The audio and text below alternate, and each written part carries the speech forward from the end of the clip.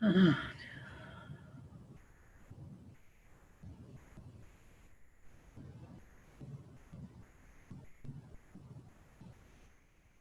morning, Council. Just waiting for everyone to picture up here.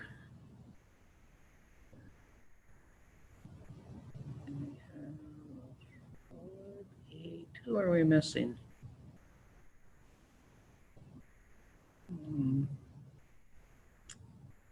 Missing Councilor Weeb.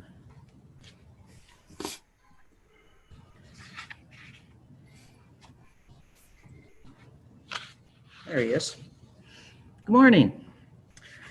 I will call the meeting to order for General Committee, and this meeting is being held electronically in accordance with Section 238 of the Municipal Act. I will now call upon the Deputy Clerk to conduct a roll call of committee present. Please physically raise your hand when I call your name. Deputy Mayor Nancy Alcock, Councillor Dan Armour, Councillor Jason Fitzgerald, Councillor Dion Schumacher, Councillor Bob Stone, Councillor Brian Thompson, Councillor Jonathan Weed, Councillor Tim Whitby, and Mayor Karen Terziano. Thank you.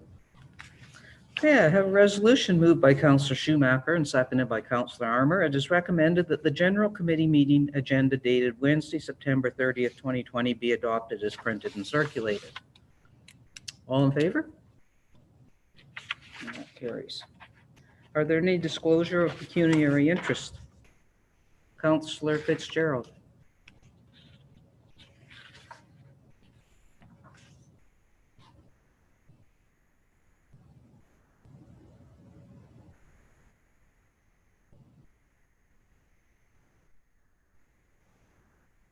Councillor Fitzgerald, do you have a disclosure of pecuniary interest?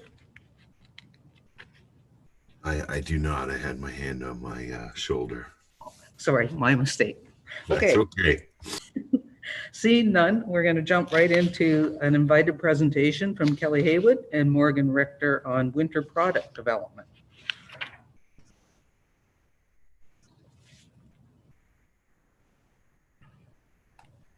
Good morning. Morning. Thank you. Is Morgan? There you are. Hi, Morgan. Thanks for having us this morning.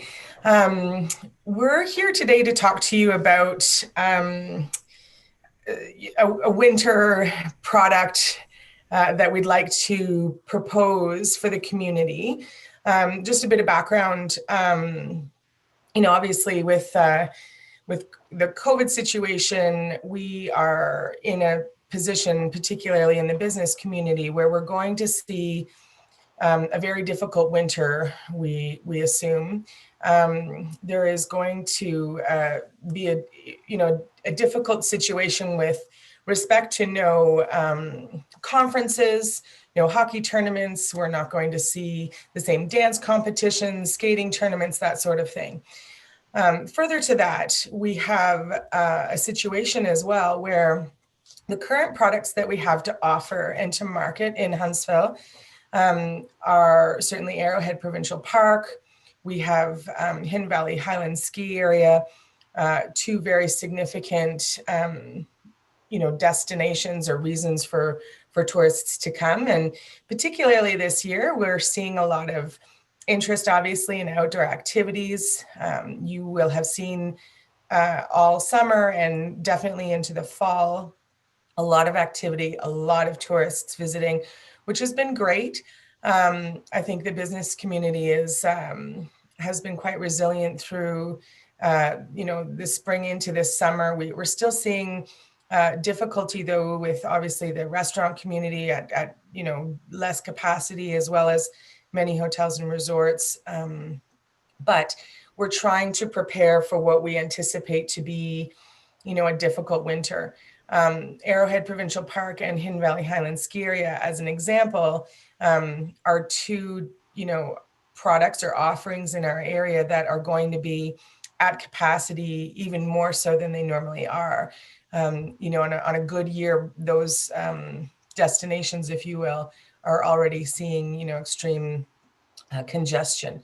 So we have a few ideas of what we would like to, engage with for the area, and create a product, if you will. So I'm just going to share my screen. Hopefully this works. Okay. One moment, please.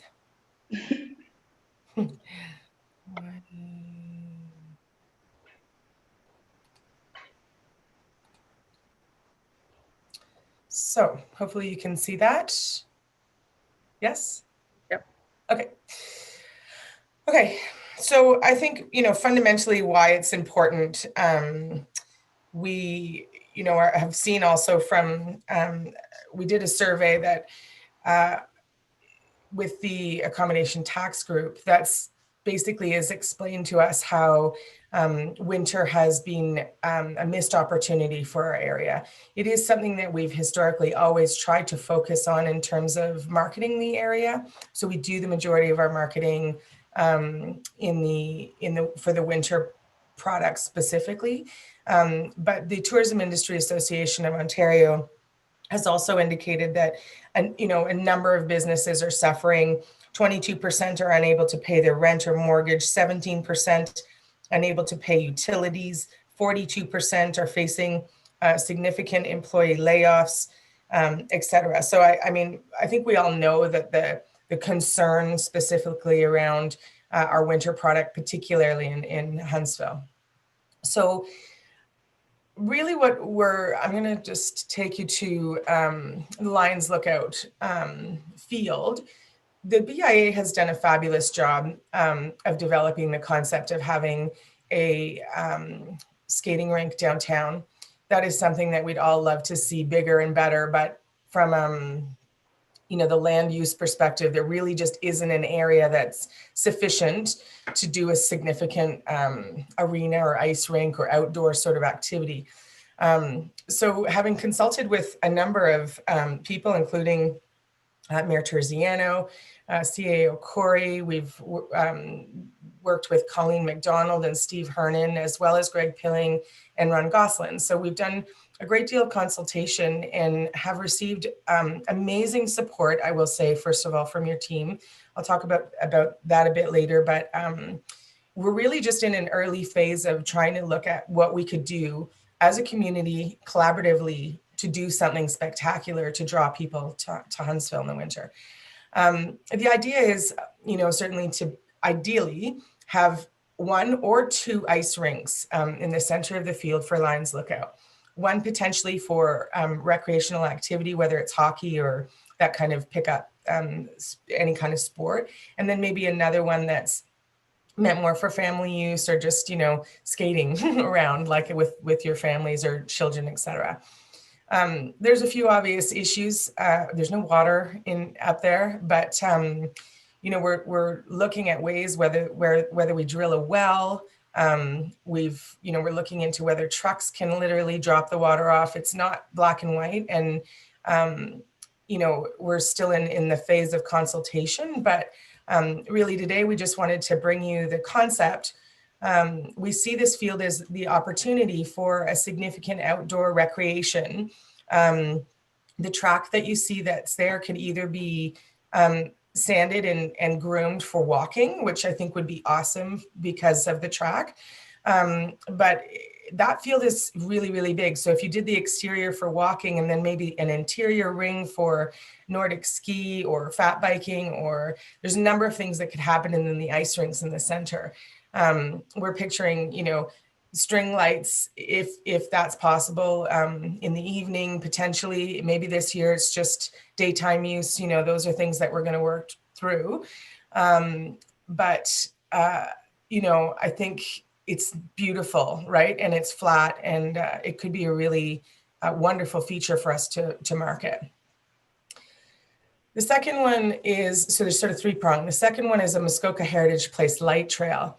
Again, I did meet with Ron Goslin and Greg Pilling, who are extremely supportive and really enthusiastic about the ideas. I think it's quite doable, and with the support of the accommodation tax group, we're looking at doing an installation. I'd like to play a little video to show you what we're sort of building it upon. But Ron felt, you know, and again, we're in a very early stage. There's a number of considerations, but you know, lighting the buildings, having trails that go around the buildings. You know, we could have bonfires on the weekends, have special activities, and Morgan will speak to you in a second about how we'll link these two features to downtown. But let me just show you this video. Hopefully it works. And it'll give you a sense of what we're thinking. It's only 1 minute. Your story is our story. What will you write in the stars? You can't hear it? We can hear it. We're not seeing it though. Oh.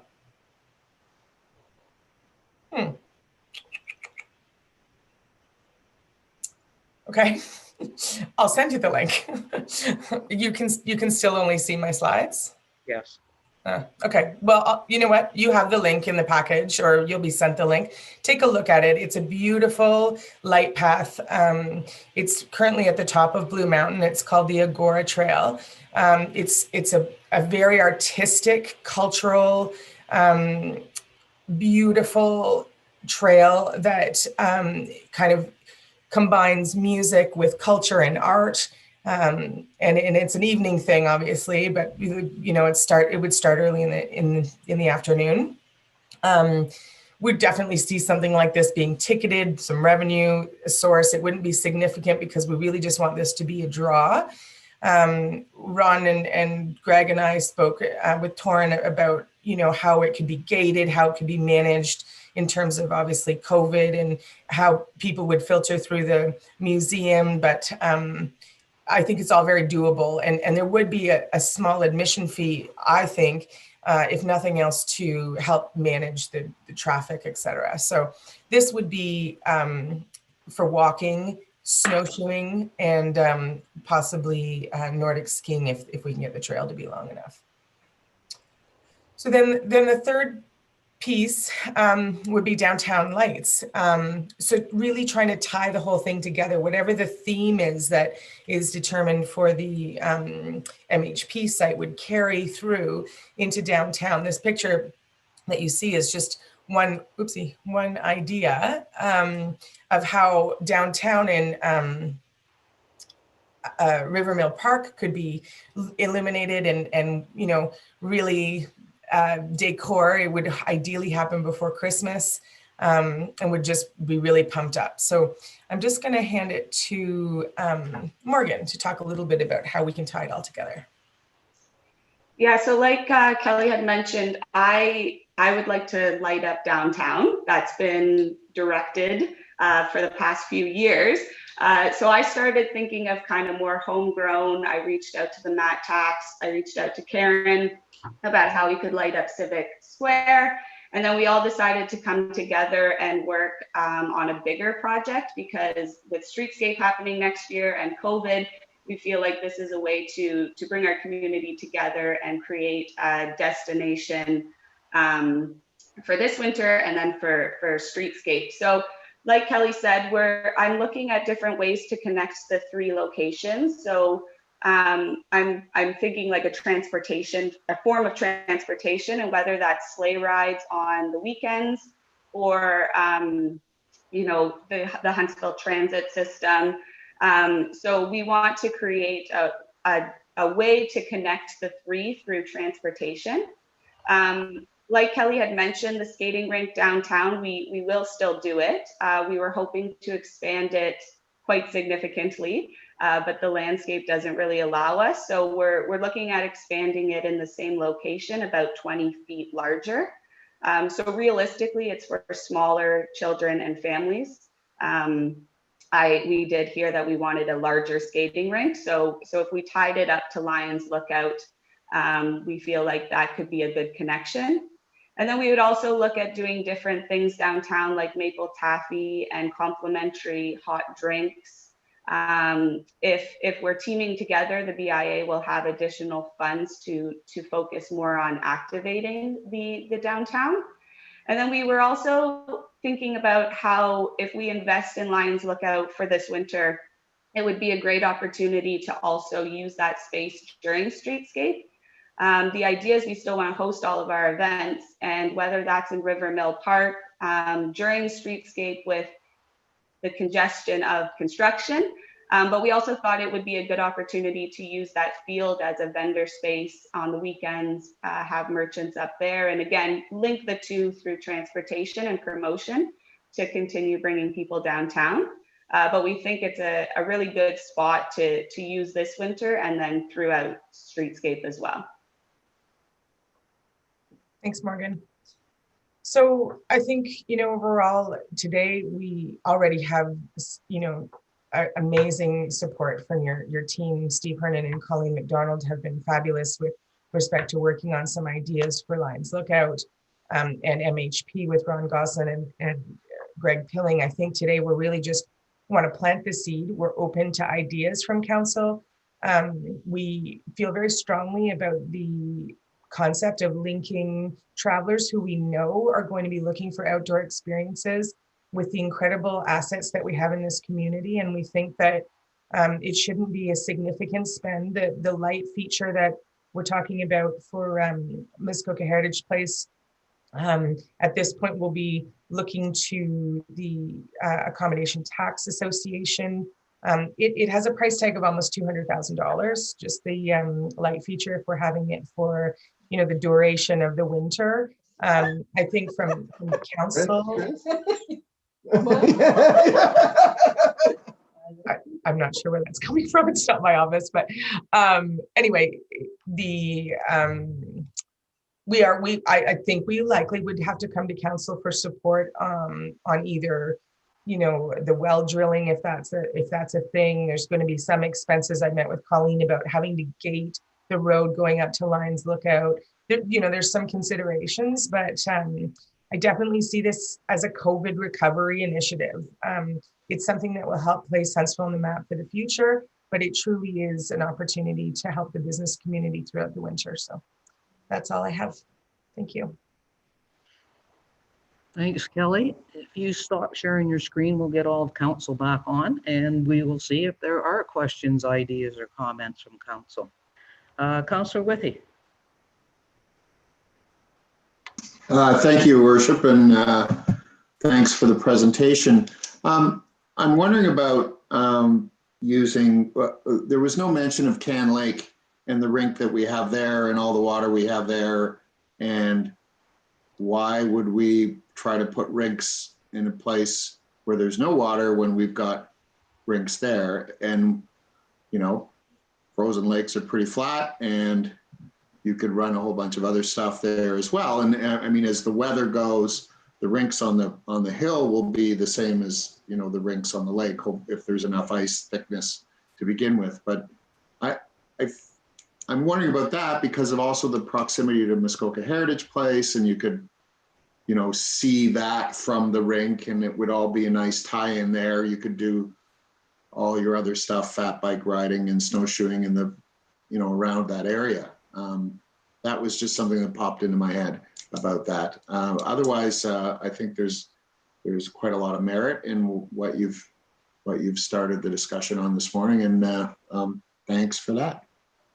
Thank you, Councillor Withey. I'm glad you brought that up. I forgot to mention it. I mean, definitely Can Lake is a huge part and feature of what we'd like to promote. It is such a jewel in this community, and I think one of the things we're really trying to do is keep people in town. Again, Arrowhead and Hidden Valley Highland Ski Area will continue to promote, but having them in town is going to be so critical. Can Lake, one of the visions too is having a trail in and around Can Lake and using that area, having trails all around there. But with the consultation I've been having with your team, my understanding is that Can Lake, in the last couple of years, and every year seems to be getting more and more difficult. to manage. Certainly we want to use the Zamboni that the town has, and they had one for Can Lake, but really, we'd like to be able to promote this. And even with the rink that we're talking about online Lookout, looking at what the BIA faced last year, it's still tricky to have ice, right? But I think the rink online Lookout field would be, safer and more reliable. And I don't know I'd sort of rely on staff to maybe weigh in on what they think. But from my consultation with Colleen McDonald and Steve Hernan, Can Lake is very iffy for this year, from my understanding. Deputy Mayor Alcock. Thank you, Your Worship, and thank you, Kelly. Fantastic and fantastic presentation. Thanks, Morgan, too. I had a little bit of the same around Can Lake. But if it is unstable, I hear you. At the very least, though, could we not have trails that go around Can Lake? If we're talking about cross-country trails, that was one of my questions. I wasn't quite sure where those trails were going through until you mentioned the village. And then I thought, okay, sort of see winding through there. But Can Lake, around that seems like it would all of a sudden become a place where cross-country skiers would actually go and be fun, right? So that I would love to see that incorporated somehow. The rest of it, I think, is fantastic. I just thankful that you're working on this and fully supportive. I love every element of it. Thank you very much. I should mention too that through the 55 plus games, the surplus, we did apply and receive $10,000 towards some grooming equipment specifically for Nordic ski. And it really will be focused on engaging older adults, midweek travel. Obviously, this is not just for tourists. This is also for our local residents, for anyone in the area to participate in. And Can Lake all around it. And we're working with Colleen and Ron and Greg around, it's a tricky area around Can Lake. It's boggy and but Steve and I spoke too about how we can just tromp that down and sort of build the frost up. So that's definitely part of the plan. Councillor Schumacher. Thank you, through you, Mayor Terziano. Thank you, Kelly and Morgan. I think it's a great presentation, and I really like the concept and the idea. I'm also wondering too, is there a way to do something like a marché evening where we can bring in some of those restaurants that maybe are struggling a little, do a theme night and have sort of a way to get people to try different fares that restaurants are doing? Thank you. And we also talked about how, Morgan alluded to even in the summer and in the spring with, we don't know exactly when Streetscape is going to start, but moving events up to Lions Lookout Field and really starting to build that field as sort of a community asset of place. There's no question that Morgan, the BIA, and certainly the Chamber and a number of any group, Festival of the Arts, will be engaging everyone to, animate the space. And that's kind of why we're here. So if you have ideas, if your groups or your associations, let's bring everyone together and have special nights. There'll be moonlit nights. There's so many things we can do, for sure. Councillor Armour. Yeah, thank you, Worship. Thanks, Kelly and Morgan. Great presentation. I think it has some really great merit to it. I'm just curious if anybody's reached out to the local snowmobile clubs through the town, et cetera, to maybe bring in some more snowmobile activity into the town of Huntsville, which also would work. Yep, we definitely talked about that as well. Snowmobiling is going to be very popular this year, we anticipate. So two things. One, we will be reaching out to them with respect to not disrupting their current trails that are in and around that area.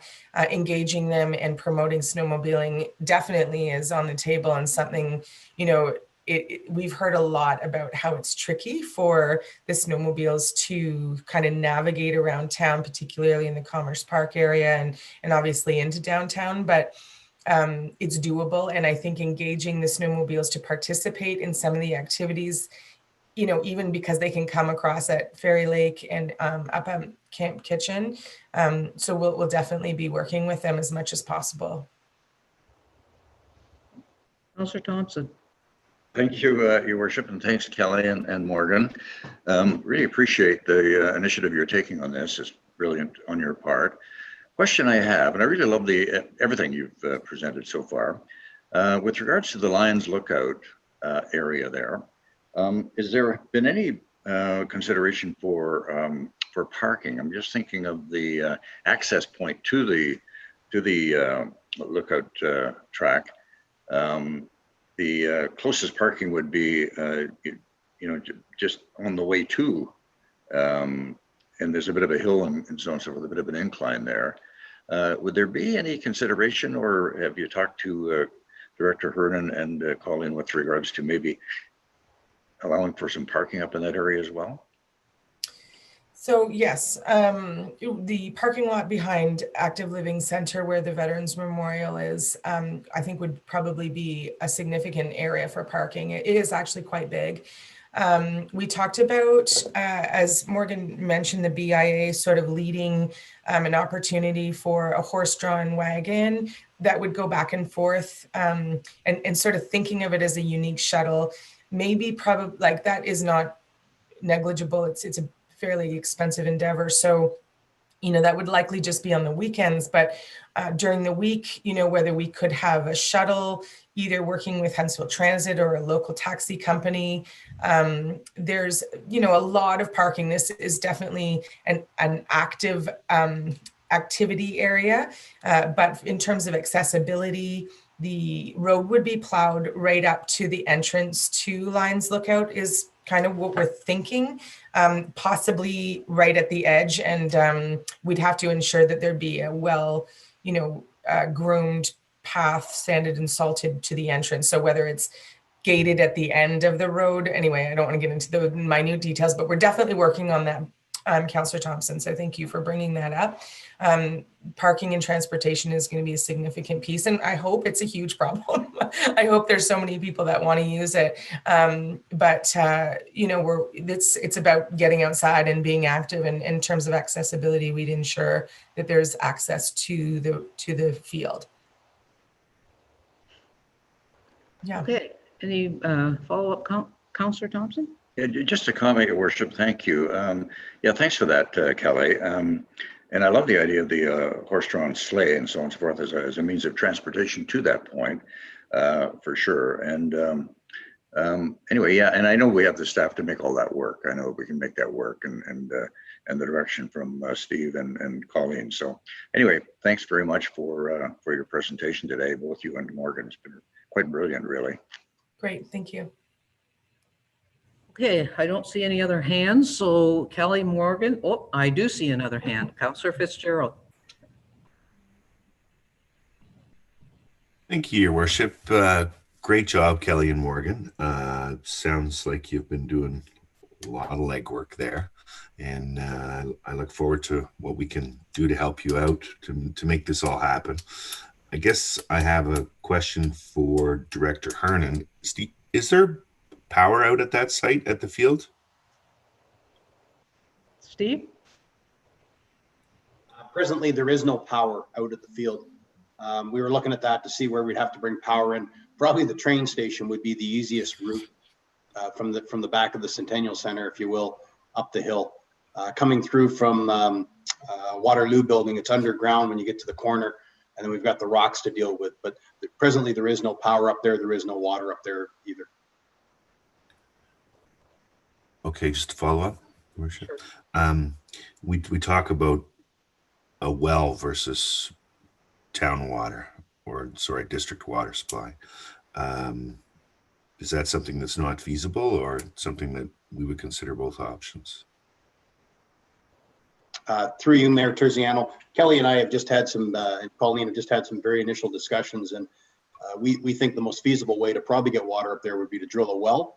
It's not potable water, but if we're using it to deal with toilets, to deal with maintenance, to deal with flooding and ice rink, it would be more feasible to drill a well. than to try and break rock and bring a water line in from the back of the Centennial Center. One more question, Your Worship. So there was water there previously, was there not? There was water there previously. When they reconfigured everything down there with the train stations and with the roads, we lost the water line. It was some years ago. I'm not sure what happened. To try and find where that is and repair it is next to impossible because of the retaining walls that were built. So we'd end up, if we wanted to take municipal water up there, we'd basically be trenching right down the road again to the back of the community center in some fashion. And that's why we thought it would probably be much cheaper just to drill a well if we're not looking to use it for potable water. Okay, thank you. Thanks again, Kelly and Morgan. Councillor Withey? Yeah, I'm not sure if you, Mr. Hernan, if you've reached out to the contractor that built those retaining walls. He may know exactly where that water is, and he's still around and operating in town. So just as thought. Thanks. Okay. I don't see any other hands now. So Kelly, Morgan, thank you so much for this. I think it's great that you are looking at ways to help our business community. And at the same time, I think it's something that we really want to look at to help the residents of this community get outside and enjoy winter, because my understanding is there's going to be more of them here than traditionally are here this winter. And we will be talking about something a little further on in the agenda along that lines too, that'll tie into this project. So thanks for the presentation, and I imagine we'll be chatting again soon. Thanks for your support. Have a good day. And now we have a deputation, and it is Morgan Richter from the BIA and Graham Thompson on refillable water stations.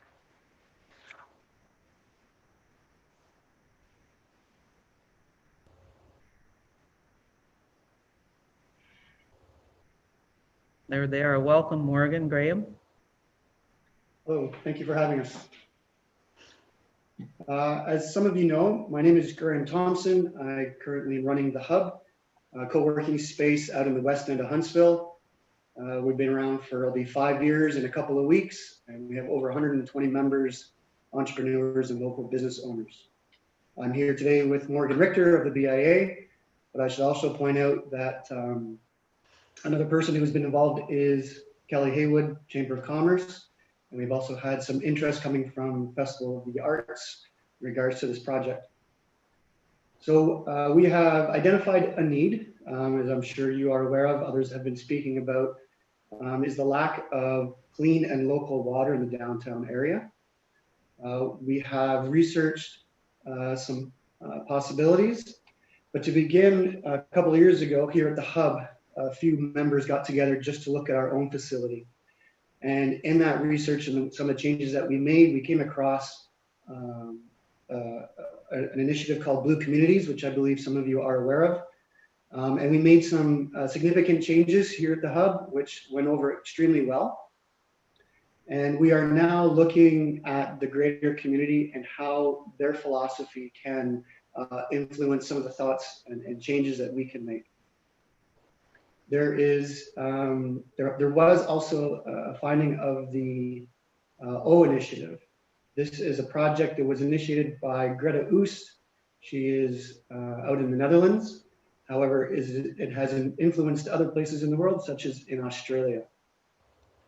The O initiative has a very innovative philosophy, which involves a lot of community consultation, empowering the people and the users of the water stations.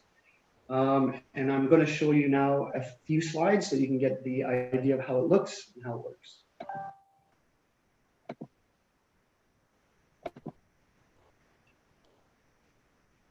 So the O initiative. One of the main ideas of the O initiative is that it is water wrapped in art, not plastic. There is the concept of beautifying the town. And like I mentioned, it empowers the community and supports things like our tourist industry and the local people to spend more time in our downtown area. And as I'm sure you're all aware, one-use plastic drinking containers are causing huge negative impacts to our community and to our planet. Huntsville is no exception, as we have large community events hosted almost every weekend, and the amount of one-use plastic containers left over from those events is incomprehensible. Water fountains, or also known as bubblers, are not only unattractive, but also there is a risk concern when it comes to health, especially in the current situation with COVID-19. The O Initiative, on the other hand, is not only an art sculpture, it's a blank canvas for local art. It's very attractive and initiates the community, but also it is a water refill station that promotes and in fact requires the use of refillable water containers. The 3 Ps, as Greta has identified, her philosophy includes private, people, and public. The private sector are the partners who essentially purchase the units. We have already identified some partners who are willing to do this, which Morgan will speak to in just a moment. The public gets involved. Again, they get involved by choosing the location of the water fountains, as well as the artists, local artists can get involved by submitting proposals on how to decorate the fountain as well. Lastly, the public, local government, they're responsible for the maintenance and upkeep of the fountains, which I will get to what's required in that in just a moment. So to be very specific, we are asking the town to take a role in this initiative to provide free local water. And as you know, it is part of the town's current strategic plan, specifically to reduce plastic and waste, providing public water fountains for people and dogs instead of plastic bottles. It creates a culture of sustainability and it is part of a waste management plan. All of these goals are met with the O Fountain Initiative.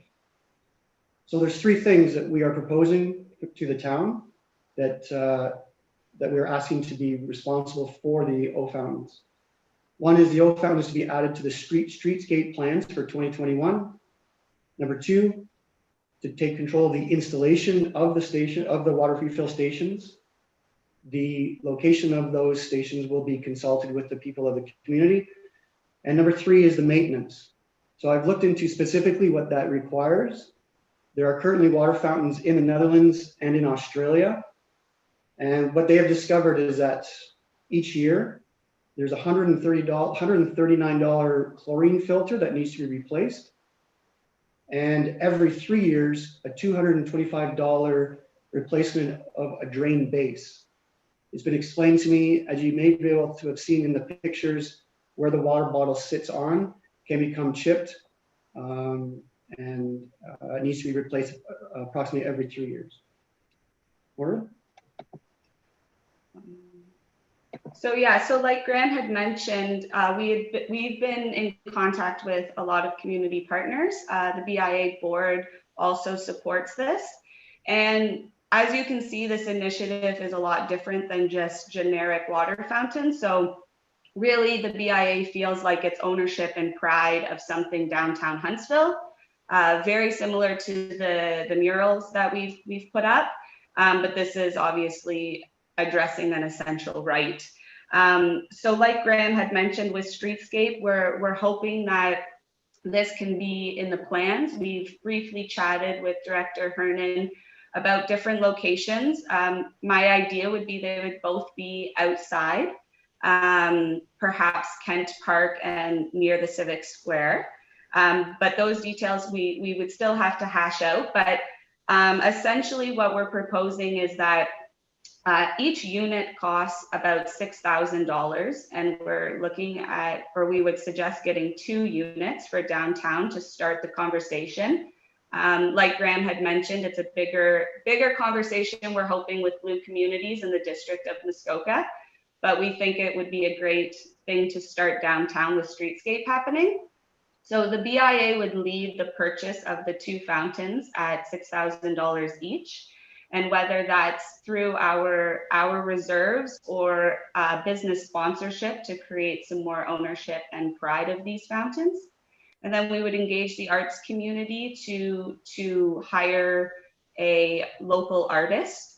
Greta is very passionate about the arts component and supporting the arts community.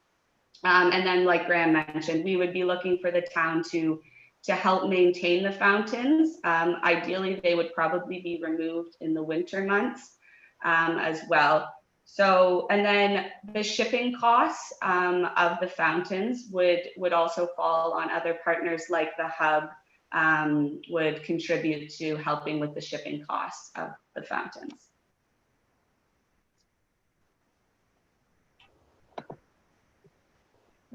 So that's about it. I just do want to quickly address just with our current situation with COVID-19 and how I feel that these refillable water stations are in fact a great solution. First of all, the O Fountain is a visible project in the community, and I think it's a great way to move forward post-virus.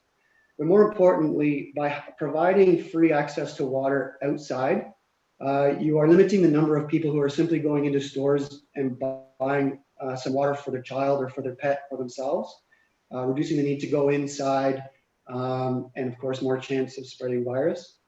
As well as this system is touchless. It uses a light sensor that refills the water bottle automatically, and so there's no touching of any device on the fountain. So for those reasons, I think this is a great time to consider installing these units. And that's all I have. Okay, thank you for that presentation. I suspect there's going to be some questions, so I'll go to Councillor Withey first. Thank you, Your Worship, and thank you for the presentation. I'm wondering, how do these things operate during the winter? Do they get shut down and have some lovely garbage bag put over them, or are they operable year round? Morgan? So we have asked about this. We've been talking with Greta. She has explained that each fountain is only about 250 pounds.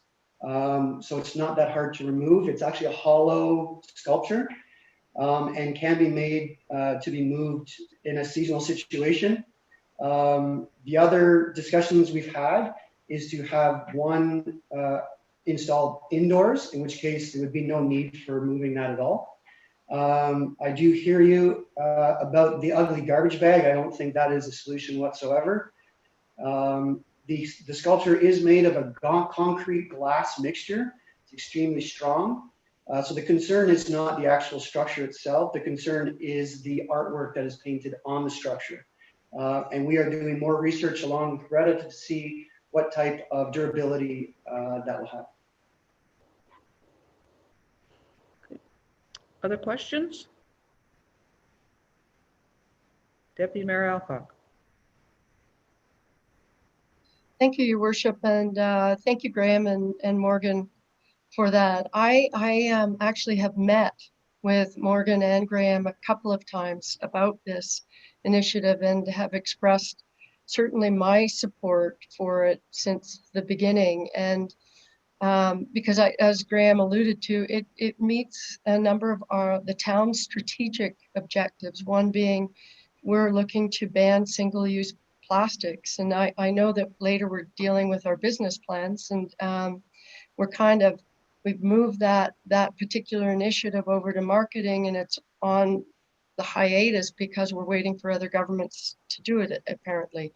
So I think that, I mean, we've all attended events in Huntsville where we see a lot of single-use water bottles everywhere. And I've had lots of people talk to me and say, what's the town doing about that? So to me, this is a really nice incremental step, and it would show that we are committed to this, and moreover, they appear to be beautiful. So it's a lovely partnership, and I'm again really appreciative that Morgan is part of it representing the BIA and that they're willing to step up and do that. And I also thank Graham for getting this ball rolling and doing the outreach to the others in the Netherlands. So from my perspective, I think I'd be all over this. I think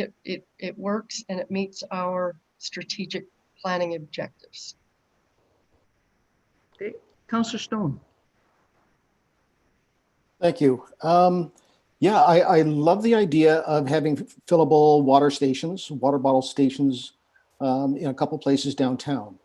The look of it is quite modern, and I don't know that it necessarily fits with how we are rebuilding the downtown with the streetscape in the more traditional look of our downtown. But my question to Morgan actually is more about financing. Do you think the BIA should be spending $12,000 on this at this point, knowing that a lot of money is going to be needed to be spent for promotion downtown next year for streetscape? Through you, Mayor. Karen, I am working on a plan that will address business support and incentives. Regarding the cost of them, it is steep, but I also am envisioning perhaps engaging the business community with sponsorship as well. I think there's a lot of interest, and I understand that these are costly features. But I also think we as a BIA look at beautifying downtown and how we can do that. And I think that this is an initiative that really speaks to ownership and pride and being part of downtown. So as I'm working out my plans with the BIA reserves, I have that in my head. So I do think we can get creative with how the community can also help with funding these fountains. Councillor Thompson. Thank you, Your Worship. Yeah, I noticed in your presentation too, Morgan and Graham, that it is a 3P initiative. So that lends it to what Morgan's talking about, I guess, having private involvement as well. So I have no problem with that at all. As a matter of fact, I love this idea. And I think even if Morgan, you had to draw $12,000 from your reserves, it would be well worth it for sure. So I'm totally in support of this idea. Councillor Armour. Yeah, thank you, Worship. Just a quick question is, I guess, district running the water lines, is there a cost associated with that, or is it just supported through the district also for water being used?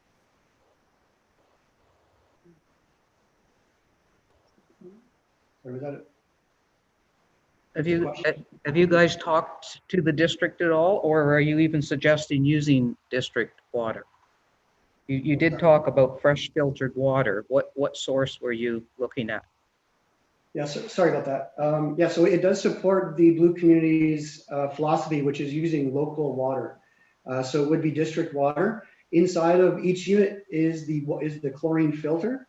Besides that, you are drinking local district water, just like we would out of our kitchen tap. So you would probably be leaving that to us to source out the cost of the district water as a source. That's correct, yes. Fair enough. Okay, that seems to be it for questions. Very interesting concept, and I'm sure we will give it some more consideration. Thank you for your presentation. Thank you.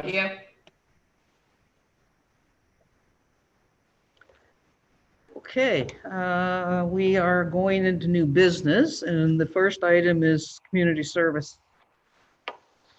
The Community Services Department and a summer update in Muskoka Heritage Place Top Small Museum, Art Gallery, and Historic Site Award. And I think Ron Goslin's with us. And right off the bat, Ron, before you start your presentation, can congratulations from council on winning the prestigious award that you won, and I think you're going to tell us a little more about it, but super job. You go ahead and do your presentation, and then I'm sure council will weigh in on how proud they are of it. Thank you very much, Your Worship. If I may address the award first, as we discussed, for anyone who isn't familiar, Attractions Ontario is a large Ontario-wide tourism organization that through support and marketing, they promote Tourism Ontario, which is their name pretty much. They have 500 members, which include attractions, festivals and events, museums, art galleries, historic sites, and performing arts. This is the 5th year for their annual online Ontario Choice Awards, in where consumers weigh in and are encouraged to vote for their favorite attraction across 8 different categories.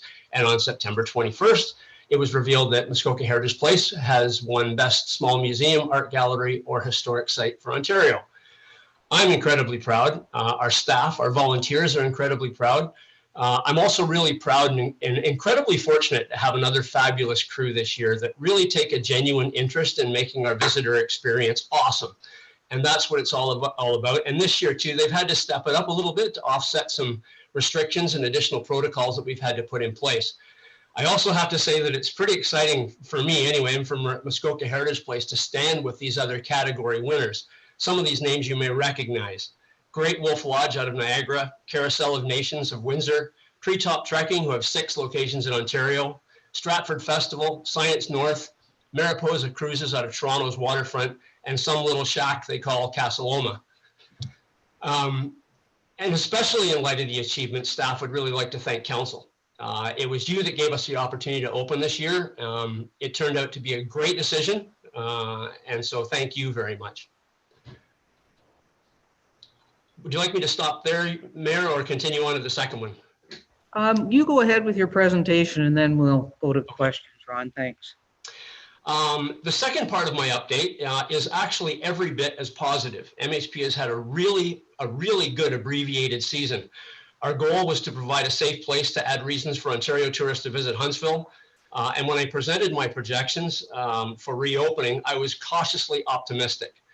I projected 6,000 visitors, and within 12 days left to go, we're at 6,180. As for our projected general admissions revenues, I would like to share screen with you if I can do that. Bear with me here for a moment.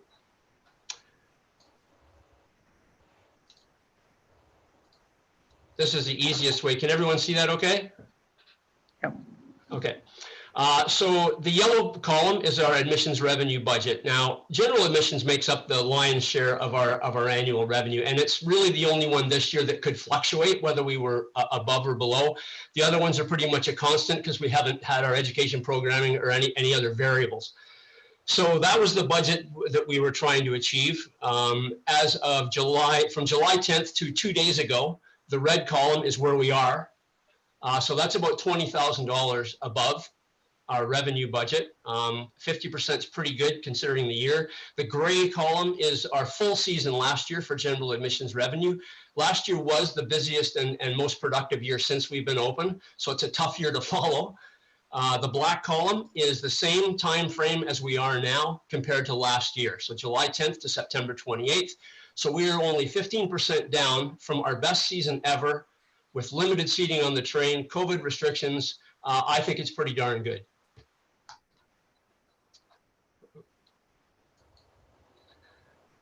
And our expenses too, I could add that are tracking very well. We're about $20,000 under budget on expenses. So we're looking at a significant overall net saving. So with 12 days to go, and also I'd like to add too that we've fortunately had no COVID related incidents in where visitors refuse to abide by protocols. They've been incredibly respectful of the situation and how we've had to adapt to it. So it's been a very positive season all around. And again, thank you for the opportunity to open. I'd be happy to answer any questions. Thanks, Ron. And congratulations on a successful season, both financially and being COVID-free. And you know what? I was probably a bit of a skeptic when we were opening MHP. I wasn't sure the people would come. And so I've been proven wrong. So congratulations on that. Council, questions or comments? Deputy Mayor Alcock. Thank you, Your Worship. And Ron, it's not a question. I just, huge congratulations. What fantastic news. And I'm really happy for you because you showed us that it was possible. And so thank you. It was wonderful, wonderful news. Thank you. Councillor Armour? Just a shout out to you, Ron. Great job. And maybe you're going to have a great winter too, by the looks of it. Some lights hanging around there. Yes. Councillor Thompson? Thank you, Your Worship. And Ron, I think it's your enthusiasm for the job and for life in general that make things happen at MHP. So again, thanks for what you do there, you and Sarah, and your volunteers. And congratulations on a great year. Thanks, Ron. Thank you. Okay, Councillor Weed. Thank you, Your Worship. I'm going to try not to shower you with too many compliments because I do that too often.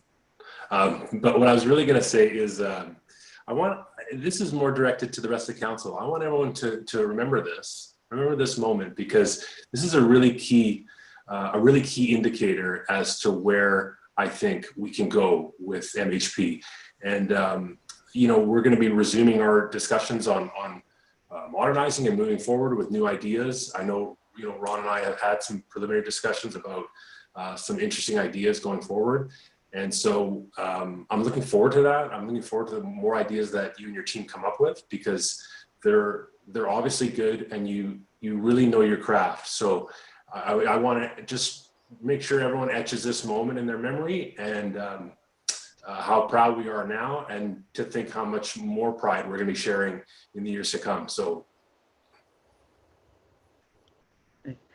Ron, also please pass on our thanks and appreciation to all of your staff. I know that they obviously worked through COVID, greeting guests and not knowing what was out there, and that it sounds like they all willingly came back and did their jobs in a modified manner. So please pass on our thanks to your staff and the congratulations for the award to everyone. Thank you. I will do that. Thank you. Okay. Thanks, Ron. We'll do the community services update now with Director Babineau. Good morning. I do have quite a few notes for our update for community services. So I'm going to just read off my notes here. The community services team are developing the plans to reopen programs when it's safe to do so. Due to this current second wave of the pandemic, we are cautious. We are currently planning for the reopening of additional programs and facilities, but at this point, not opening them at this time. I don't have any hard dates for you. We do have plenty of tentative ones and lots of plans happening. But we will offer additional programs and open facilities gradually and in a phased-in approach while meeting the government and health department protocols and guidelines when it's safe to do so. For now, the Canada Summit Centre remains closed to the general public, but is by appointment only. At this time, we have the pool and one arena ice pad open. We are building plans for opening the indoor walking track, dressing rooms. That's, I'm sure you've been getting a lot of phone calls about that. The Jack Bionda floor, our halls, and other recreational programming. Staff are working through the health department requirements and guidelines and working with our community user groups and customers to slowly open these facilities and meet the demand of our customers. We understand the importance of the physical fitness that this provides and the impact on our mental wellness. We at the Community Services Department hear you and are working hard to be able to open additional programs and facilities in a responsible and safe way. I'm speaking to our public too, who I know are watching. We are getting many phone calls, as I'm sure you council are as well. Our customer service team would be happy to answer any of those questions and help guide you through the new protocols, the programs that are open, rentals, and how to register. So please also visit the website, follow us on social media, and watch for updates, but please do reach out to us and give us a call and email as well. We do have our reopening guidelines posted on our website. That link is huntsville.ca/CSC. And that link provides the public with our reopening guidelines document. This document is fluid. It will continue to change, but what it offers is what's open for registration, how programs have been modified, and how these programs are running in a safe way during this pandemic. The Canada Summit Center staff are working on getting the indoor track open to the public. Our goal was to have the track ready to open just after the Thanksgiving weekend, when it's safe to do so. That's still our goal. It's still our hope. And we are receiving a lot of phone calls about that. I know that you all are. It still will be free, but it will be by appointment only. Our public will need to ensure all protocols are met, including being registered for a time slot to come in and walk or run. They must wear a mask and will need to minimize touch points. They will also need to exit the building when their time slot is complete. Our pool is open by appointment, and many of our drop-in programs are now by registration. We are pleased to be able to offer most of our programs back in a modified way. Our aquatic staff and community members continue to work together to make this happen. We've heard from our community that our patrons are thrilled to be back and are relieved to find that we have, that they feel safe and that we are taking every precaution for them. One ice pad, the Don Lock, is open for rentals and user groups. This too has been going very smoothly. Our ICE program users and many of our renters have returned to find new protocols in place, and all are being diligent to meet the extra effort that's required to open this space to our community. It has meant many changes, and we will continue to work toward the next steps of opening dressing rooms. I know that's also a concern to our public. For now, there are still many time slots throughout the week available for rental on the ice. Please do contact our sales team for ice rentals and more information. Set for the future is the opening of the Jack Bionda Arena, first as a floor rental space. Many community groups have expressed an interest in the Jack Bionda Arena floor being open to rentals and activities that meet the guidelines and will also be by appointment only once our current numbers of this second wave subside. Please do stay tuned for these updates as we work through the logistics of getting these new opportunities back up and running. We'll be ready as soon as this curve flattens. Our beautiful Algonquin Theatre still remains closed to live audiences at this point in time. But be assured that staff are using the time to address repairs and improvements. We're working with the industry and community partners to find new ways to reach our audiences, use this beautiful space, and build a plan for our future. Our art and culture assets in Huntsville are imperative to our community's well-being, and we are striving to come back stronger than ever in a new and exciting way. Stage repairs and all cleaning protocols should be completed by the end of next week. I have to tell you, Matt took me for a little tour yesterday. It is looking truly impressive. I'm very excited about it. Our community halls will be delayed to open due to the uptake in COVID-19 cases and the new regulations from the province and the health unit. Please be assured that we will be ready with plans and procedures to open these sites to our public whenever we get through this second wave. Halls currently fall under the unmonitored and unstaffed new regulations. This is what's holding us up in this area. The library repairs began this week. This is exciting. We look forward to seeing our patrons and staff back at the library very soon.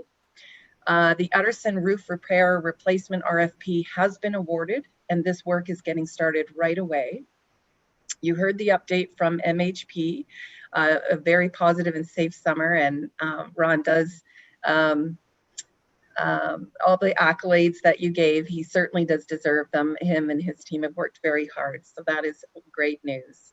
So again, please refer to our website, to our reopening guidelines, and our social media posts for updates, new information, and plenty of announcements going forward. I tried to put a lot of detail in there. I'm happy to answer any questions that you have regarding community services or programs or facilities. Thanks, Simone. Are there any questions from council? Councillor Thompson. Yes, thanks for the report, Simone. Really great.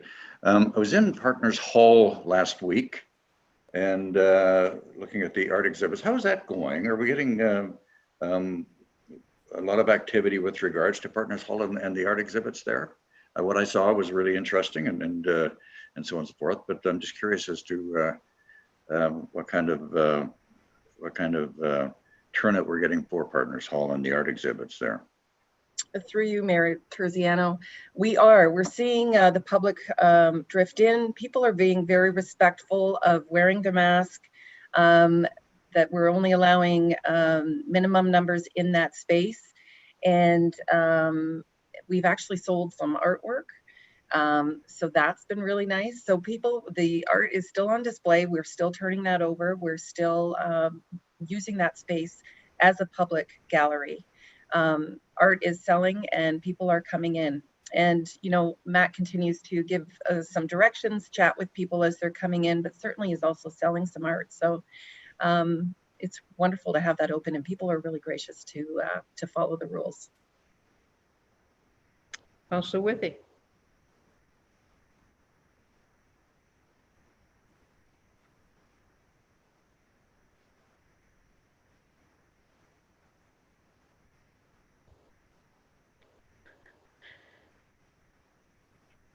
Okay, am I on? You're on. Sorry about that. My button disappeared here for some reason. Thank you, Worship.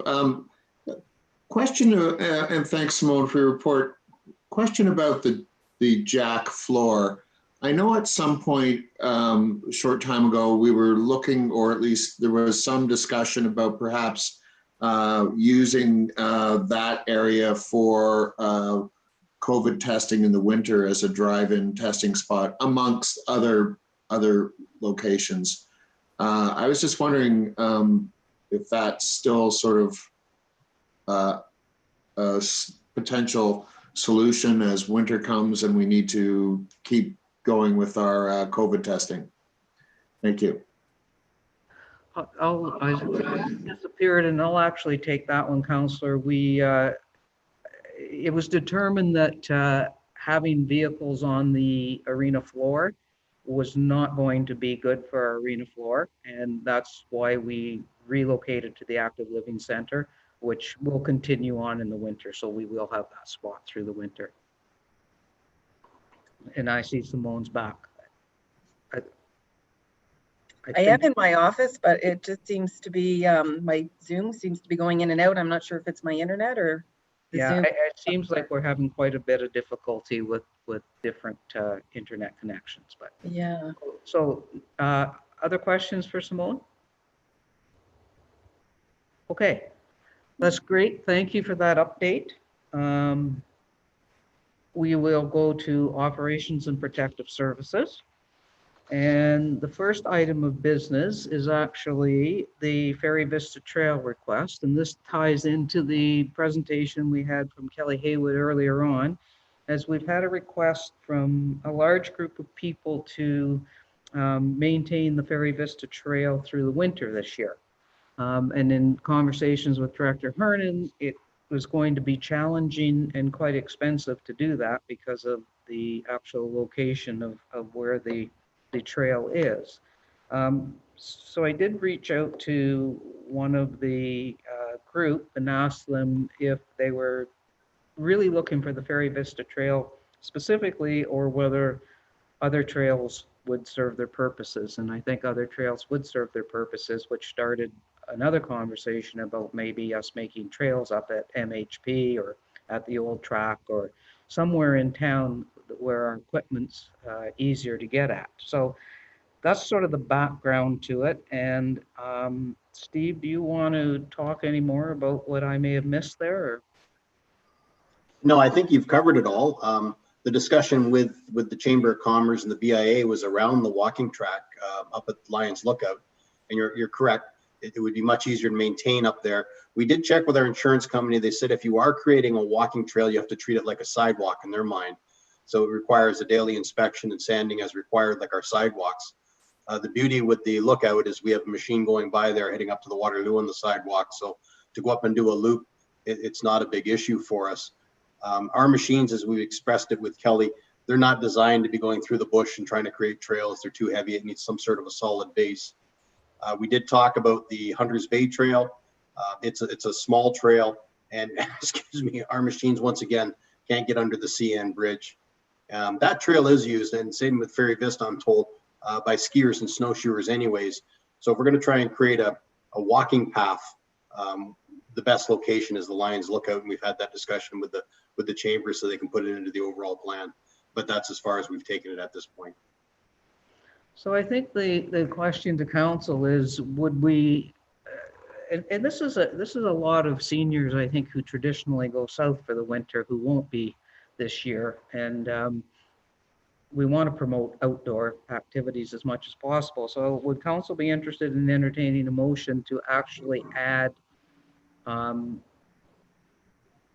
the track, and this is not Conroy track, this is the old track up by the lookout, to our sidewalk route to maintain it for the winter this year?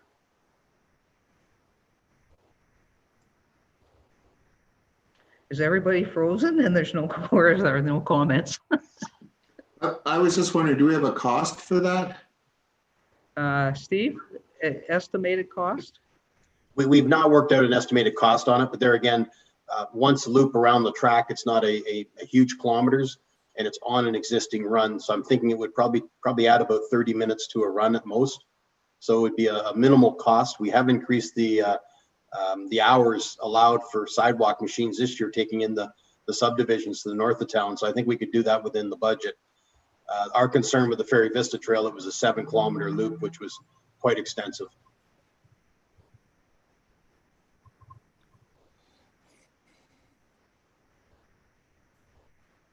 Any other comments or questions? Would anybody like to propose a motion that we add the track to our sidewalk route this winter on a trial basis? Councillor Withey?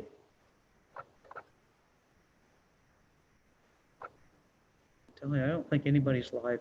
Councillor Armour will second that. Councillor Armour? Okay, we're having a motion prepared.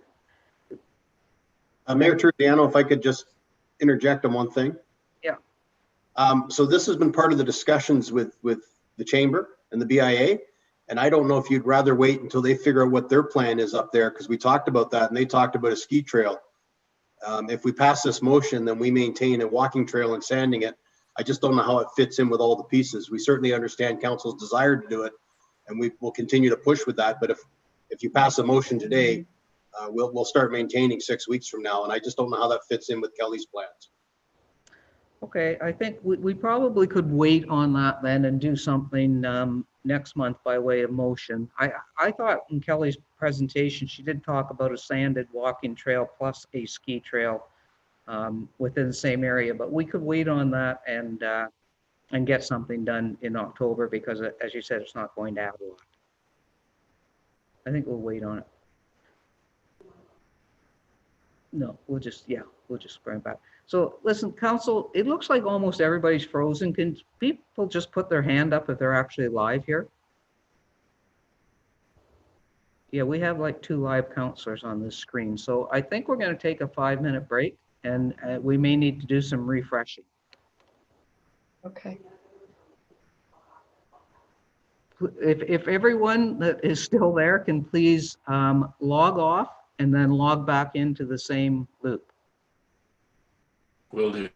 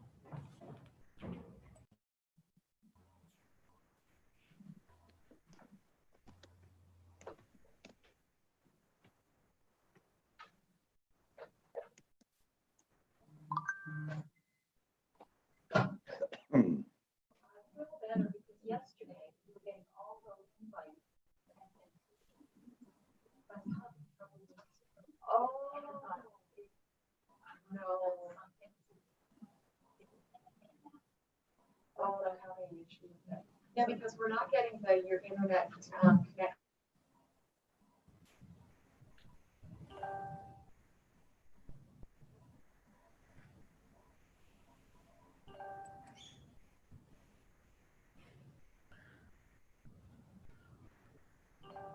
Okay, council, we're coming back.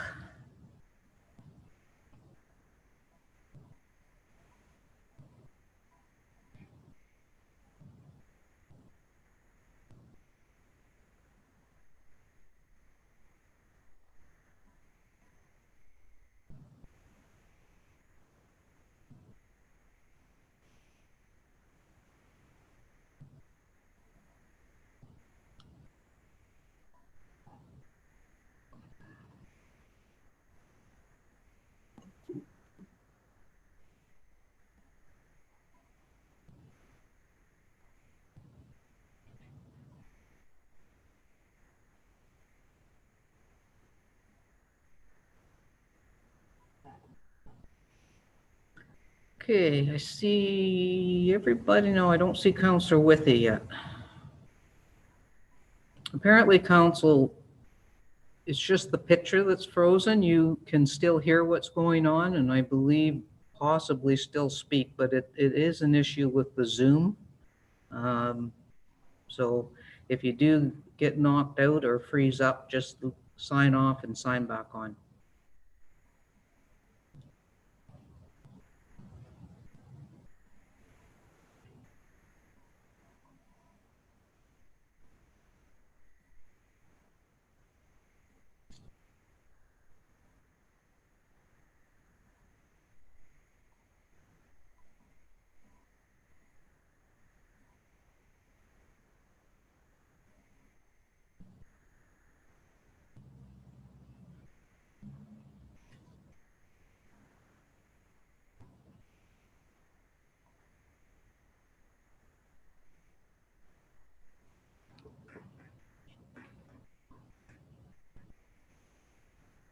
Councillor Fitzgerald, are you there?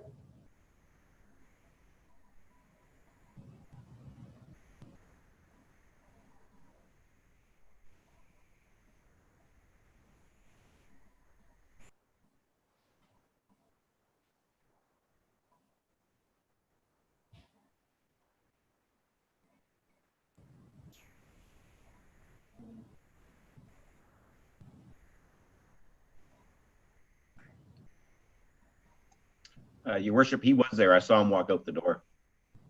Okay.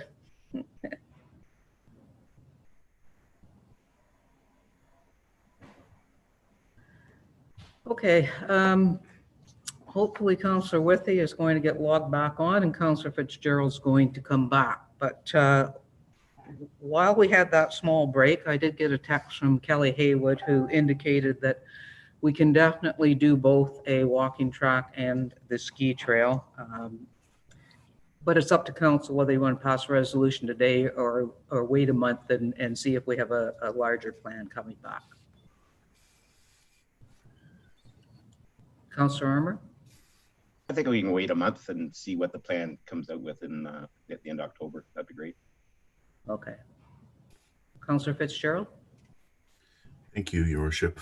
Do we even require a resolution if Director Hernan says he can do it within his current budget? We probably don't, but you know what? They like resolutions in order to make sure the direction gets recorded. Councillor Stone. Thank you. I'd like to talk about the Ferry Vista Trail. I hate to not do something because of insurance very often. Is it not possible to simply run a snowmobile like down Ferry Vista to pack it down so people can walk on it easily every time it snows? I asked that very question, although I think I asked it to Colleen McDonald, but Steve, do you want to weigh in on that one? You certainly could pack it down for snowshoers. And I think that's what the chamber is talking about, because they apparently have already bought grooming equipment. And that, I think, is part of Kelly's bigger plan, is what they can do with different trails and different locations. But you could pack it down for snowmobilers, or for walkers on snowshoes, and go with a non-maintained trail like it is now. I think you'll find a lot of snowshoers do that now with the Hunters Bay Trail. Deputy Mayor Alcock? Thank you, Your Worship, and thank you, Councillor Stone. I was sort of thinking the same thing. While they're doing it on Hunters Bay Trail, it would be nice to be supportive of that. And whether we're just having a snowmobile do a little bit of grooming, I think that would be great. It would encourage people to go out and do that. So I'd love to participate some way in that. That'd be great. Councillor Armour? Thank you, Your Worship. Through you to Director Hernan. Is there not an issue with driving the frost down on those trails, Steve, and causing some damage in the spring that we'd have to deal with? If you were constantly running snowmobiles on it, you could run into a problem like that. But I think what you're talking about is just a packed surface that people walk on. I go back to the fact that Hunters Bay Trail, if you pay attention, people are on it all the time year round. It's a hard packed surface from snowshoes and skiing and people walking. We do no maintenance on it. Signs say no maintenance, so we're not liable for any slips and falls. But I don't see a major problem. We're not talking about creating a snowmobile trail. We're talking about a snowshoe trail. Okay, so we're gonna give this a month and come back with a full plan between the chamber and the BIA and the town and have a little bit more detail on just what we're gonna do. Okay?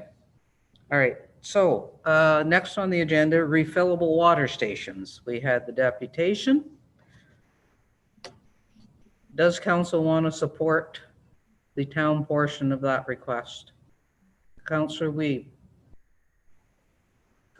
Thank you, Worship. I would be in support. I don't know if, I think at the very least we should rough in and prepare for those stations, whether or not the BIA comes up with a suitable sponsor, or if there's hesitation on the price tag. At least we would have the water roughed in for future fountains of some description. So I think we should at least prepare for it, if not go all the way, because I love the idea. Councillor Stone? There seems to be a lot of unknown costs. We need to install it. Who's paying for the water? We have to take it out every winter. We have to replace the filter. I would like to know how much this is all going to add up to before I can support it. Deputy Mayor Alcock? Thank you, Your Worship. I'm supportive of what Councillor Wiebe said. As I said before, I think from a principal perspective, when we went through our strategic planning exercise, replacing single-use plastic was pretty high priority for a bunch of us. And this is, you're right, Councillor Stone, sure there are costs, but I'm not sure they're going to be so prohibitive that this would change our direction. I think that it shows that the town is stepping up and we're listening to what people have told us, and that they don't like to see a lot of single-use water bottles just, filling up our supposed recycling bin. So I agree with Councillor Wiebe's approach. I think we should rough it in preparation for it. And so I'd be absolutely supportive of moving forward with this. Councillor Withey. Thank you, Your Worship. Conceptually, I support this, but I think we do need to see numbers. I think that this could be something a lot more than we can make work, and there may actually be other logistical issues. So as far as continuing down the road and discovering these things, I'm good with that. I think it's a little too premature to say that I all out support it. So that's, when we talked years ago about the splash pad, the number that came in for doing that kind of thing was astronomical for getting water to something like that in River Mill Park. So we just need more information. Simple as that. Thanks. Councillor Thompson. Yes, thank you, Your Worship.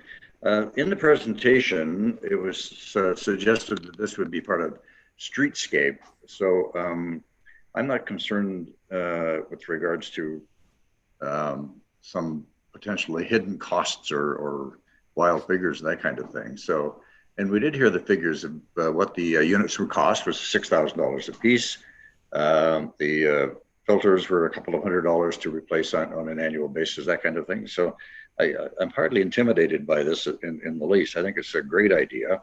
And I think we should just plow forward with it because it is good, it's environmentally responsible, and it just shows Huntsville once again being the leadership in this particular area. And so therefore I'm all for it. I have a resolution prepared here, and let me just, before we look for a mover and seconder, see if council wants to entertain it. And one of the other things is I would like to get the answers from District 2, whether or not that would be metered water and whether we'd be responsible for it. But I have a resolution that would read, it is recommended that staff work with the Huntsville BIA and the Hub to investigate potential partnership options and locations for refillable water stations, and further that the installation, operation, and maintenance costs be determined and then considered in the 2021 budget. So we make no commitments, we're just going to get the costs. Councillor Withey. Thank you, Worship. I'm comfortable with that as a motion. Just a quick question though, if this is potable water through the district water, are filters, ongoing filters necessary if it's the same water that people are drinking out of their taps? I guess I'm missing that little connection there, but that also can be, I guess, discussed later as well. But I'm comfortable with that motion, and if you're looking for a mover, I'll move it. Is there a seconder for that? And we'll get all the information back in a month. Deputy Mayor Alcock. All in favor? Opposed? I think the screen is slow again. I think that carries. So we will follow up and get all the costs associated and what our part would be in that. And for next month, Director Hernan, that's fine? Yeah. Okay. We're on to the operations update, and Kevin Bolcock is with us. Kevin, welcome. Thank you very much, Mayor. I'd like to share my screen if I could.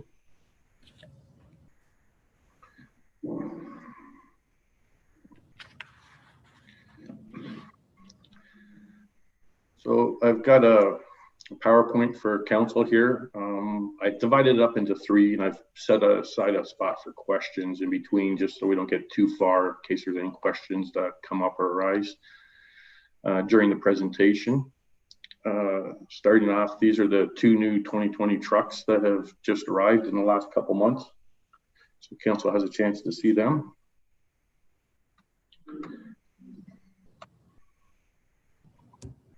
Get my screen to work.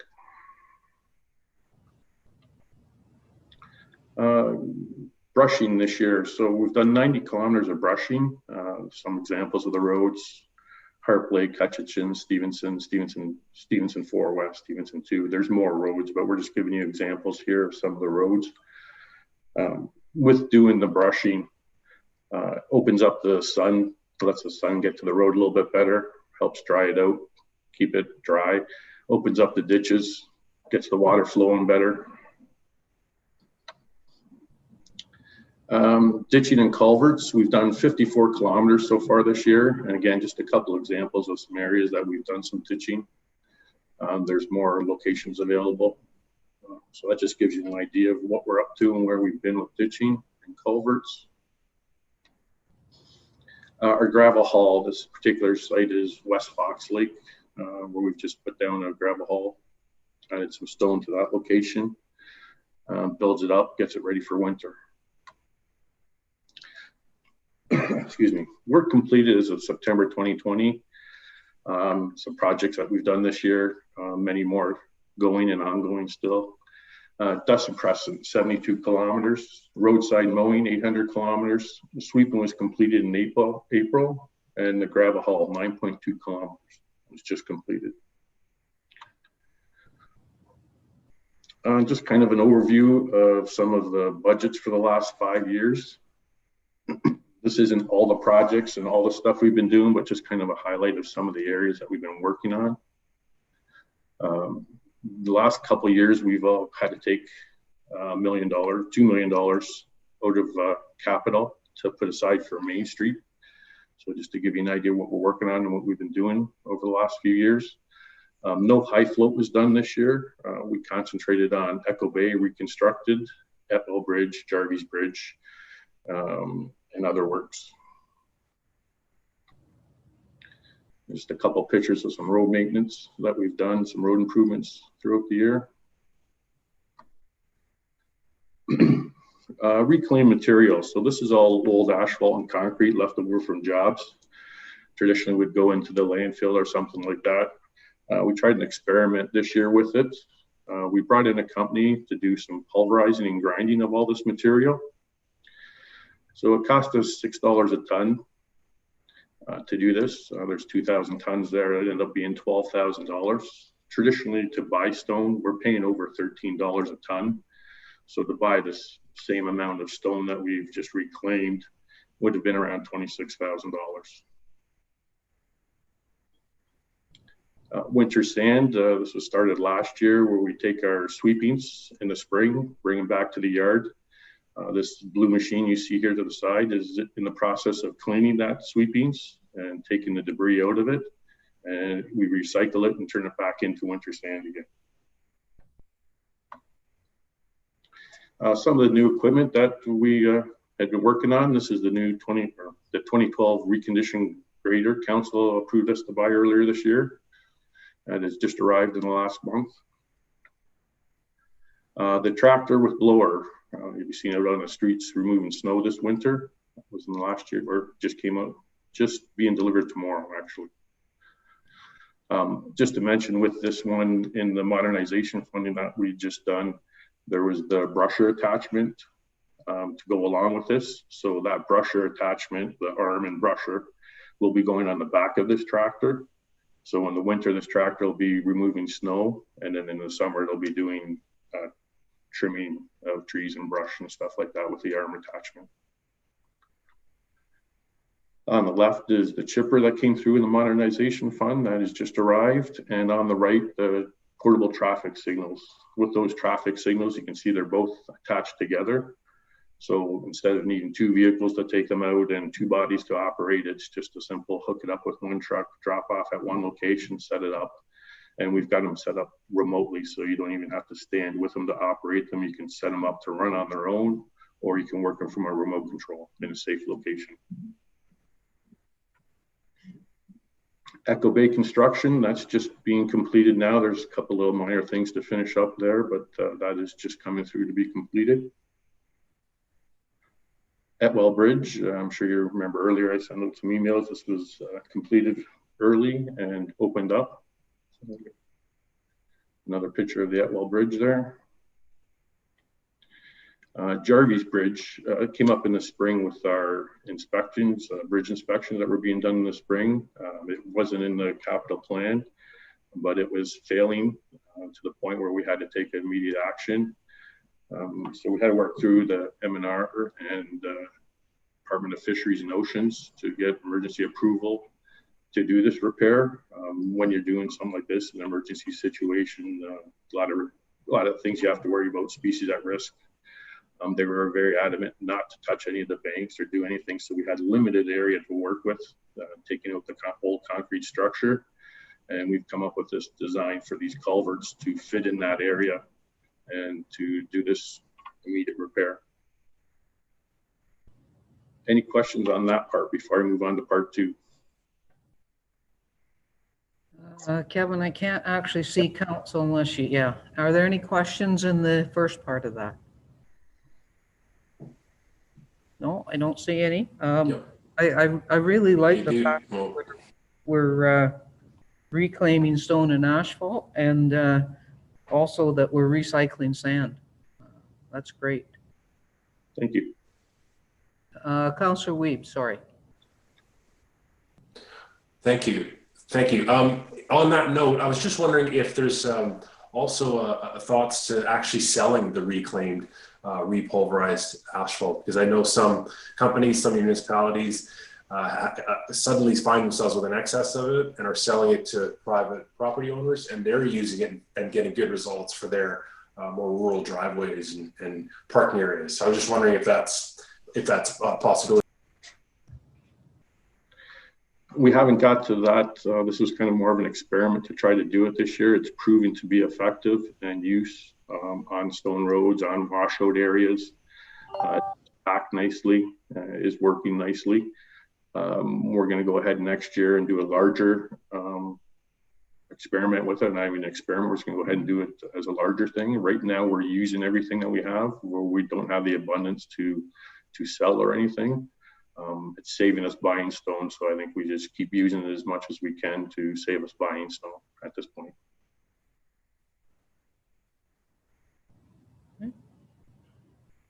Councillor Armour? Thank you, Worship. Just a quick comment to Director Hernan and to Kevin. I've heard from a lot of residents on Echo Bay on the great job you did this year, and they really appreciate it. And myself as a councillor of that ward, I appreciate it too. Thanks. Thank you. Deputy Mayor Alcock. Thank you, Your Worship. Really just testing to see if you could see my hand there. No, not completely. I just wanted to reiterate to Kevin that it was really exciting to see his slides on the reclamation. So kudos to the department for doing that, and just very exciting. Thank you. Okay, Kevin, do you want to go on to the rest of it? Thank you.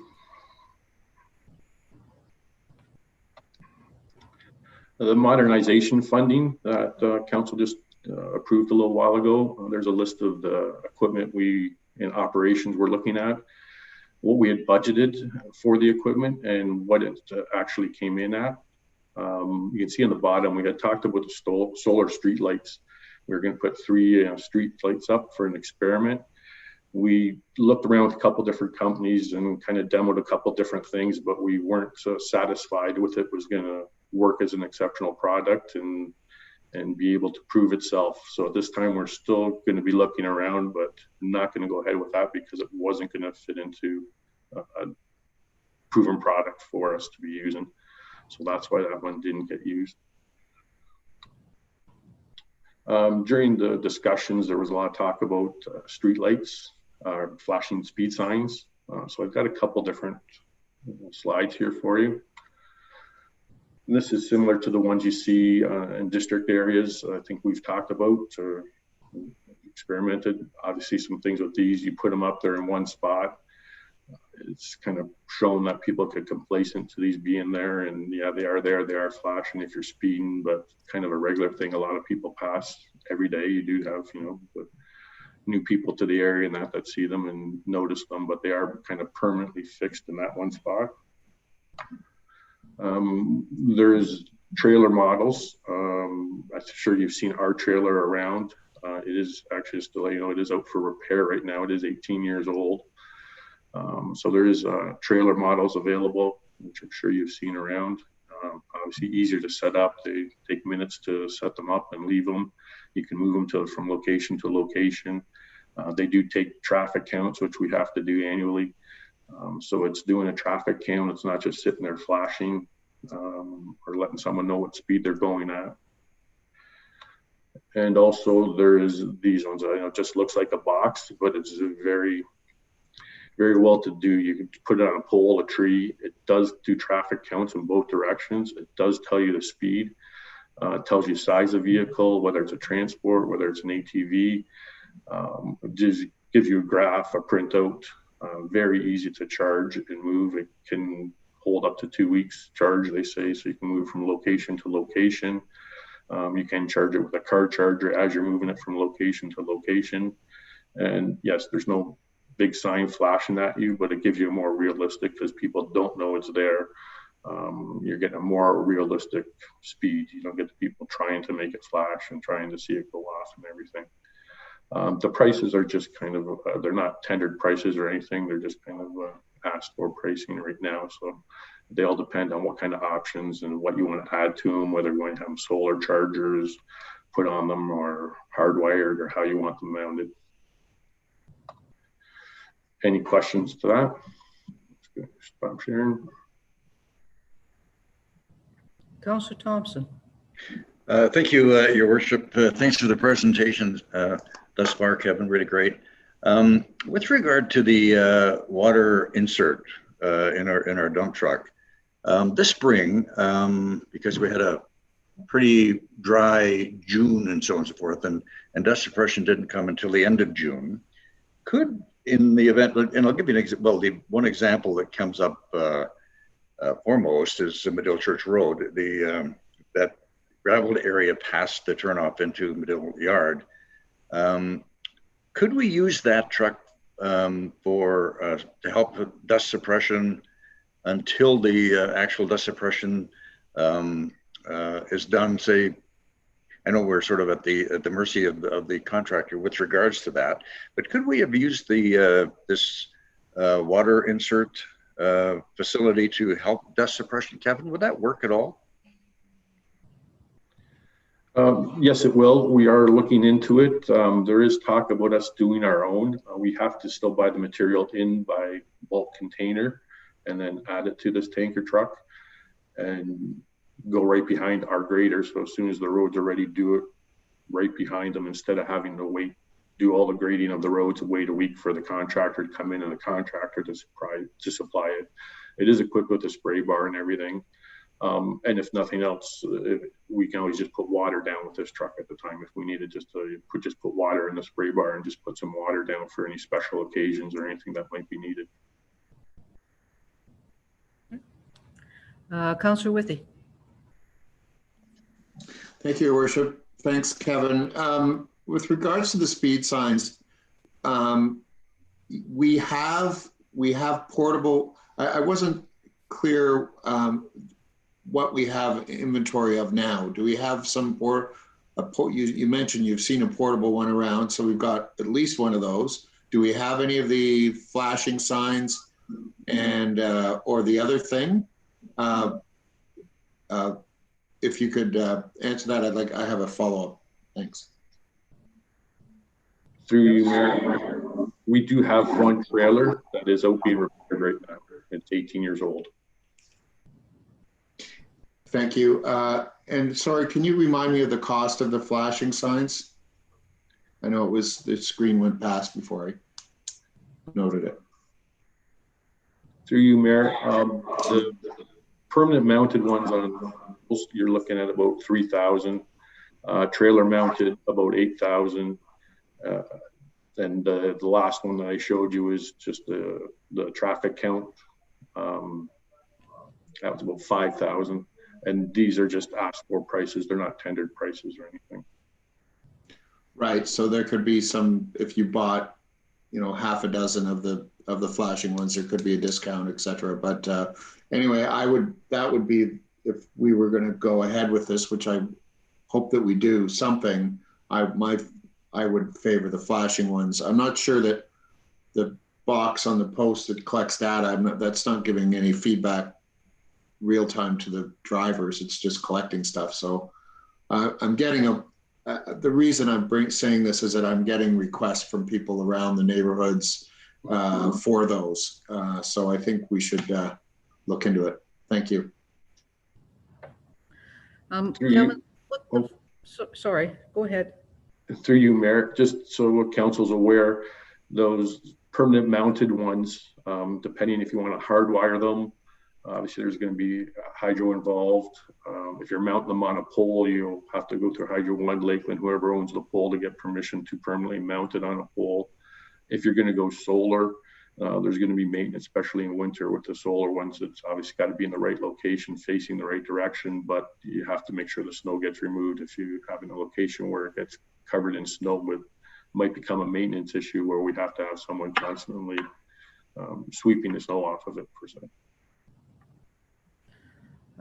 My question was actually along the same lines, but in terms of the flashing ones, the $3,000 ones, are they movable? Can we change locations? But you're saying they're potentially hardwired in and to how council wants to go. Yes, if you're hardwiring them, obviously you can do it. It's not a simple 5-minute procedure. A new location, new pole, whether we have to mount a pole in the ground or use a pole from Hydro One or Lakeland. And if we're going with solar, if it's going to be moved consistently, maybe to go with solar, but then the maintenance of the solar, making sure the snow doesn't stick to it. It's going to be bolted to a pole. So yes, you can unbolt it and move it to a different location. Okay. Councillor Thompson?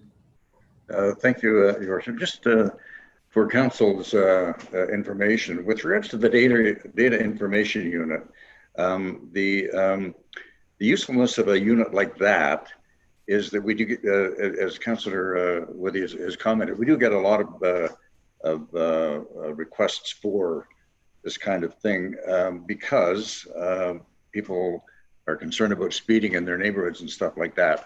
And so the advantage of having a data information unit like that is that we can actually put it out sort of on a tree or wherever, collect that information and see, whether or not any kind of speed modification is required in that particular neighborhood. So it is a worthwhile unit for sure. And I think, if I'm not mistaken, Kevin, it was around an $8,000 cost or something like that. So I think that would be a worthwhile investment as well. Through you, Mayor, the gray box, the data collection one, I'm pretty sure that's the one you're talking about. That was $5,000. They all depend what kind of attachments and what kind of data you want to get out of them, but they do give you the most data that collects both lanes of traffic. You can do it Bluetooth, you can have it emailed to you, you can have a graph, print out, whatever you want. It gives you the size of the vehicle. It does give you the speed of all the vehicles, whether the size, and it is something that can just be quickly emailed over to the OPP if we find something that's going on there, something that needs to be addressed. And it will tell you the exact time of day that is happening. Councillor Fitzgerald.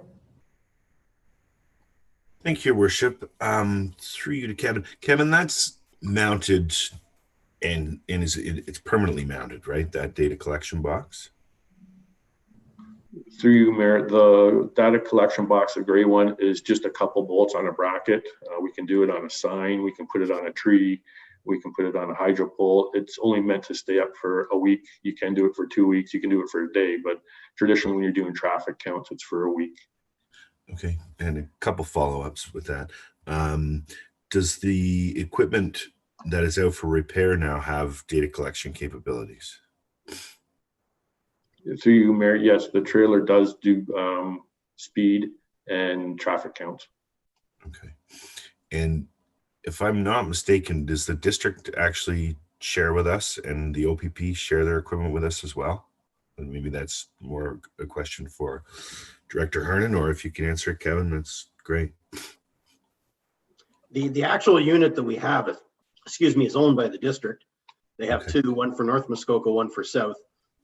We basically have been through with their blessings, given control of it, and the OPP will tell us where their concerns are, and it gets moved around as well as we address council's concerns.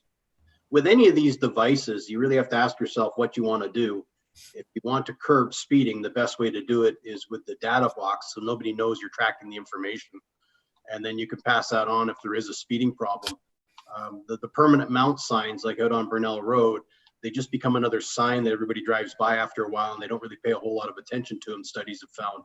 But if you want to deter speeding, the best way to do it is with enforcement.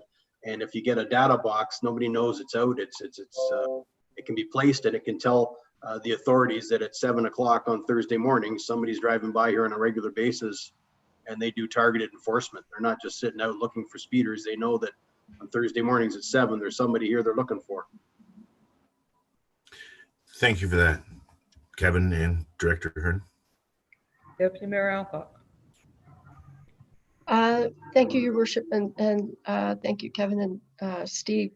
The arguments around the data box, I think, are really compelling. I was trying to think. We had one of those speed, as everybody knows, one of those speed signs on Griffin Lodge Road, and was good for a bit, but there's really no follow up, right? And certainly we know there are a few people that definitely speed. And so I think the idea of having a targeted, doing something post the speed box being there is good. I really would support going forward with a data box, whatever, I think you said 5,000 or something. And the fact that you can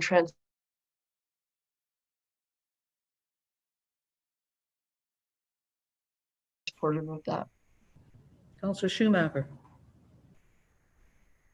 Yeah, I would agree, through you, Mayor Terziano, to Kevin. I like the idea of the data boxes and where you can move them around. I mean, I think we need to look at some of those areas like public beach areas in the summers where you can sort of get some collection around those particular times, but you don't need it there maybe year round, right? So, and I would agree that I like the flashing signs. It does give people some warning or notice, but then on the other hand, you do have those people who purposely try to get it to flash red or go into those areas, and that then negates what the whole purpose of it is. So I'd like to see a few of those data boxes around to get a good picture of some of our, as we talked about when I think Andrew brought his report forward, there are some, areas of concern that are community areas, such as our public beach areas and school zones, different places where people tend to speed and shouldn't. Councillor Whitty. Thank you, Worship. I guess I don't know that there's a decision of one or the other. I mean, you could buy a combination of a number of them. The question, I guess, is are we looking at a budgeted number for this? How much?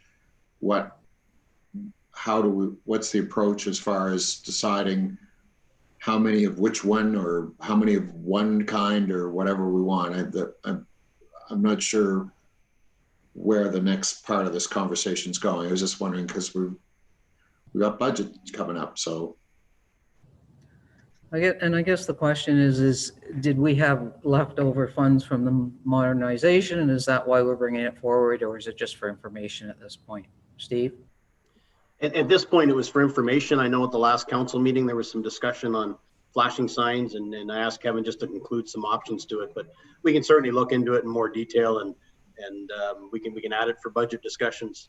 We can always discuss it at budget time. Okay, I agree with both the data box and the flashing signs, but before we would go out and purchase flashing signs, we would need to identify the locations we were going to put them in. So probably a future report would make the most sense. Kevin, I think you have a third part still? Yes. Go ahead.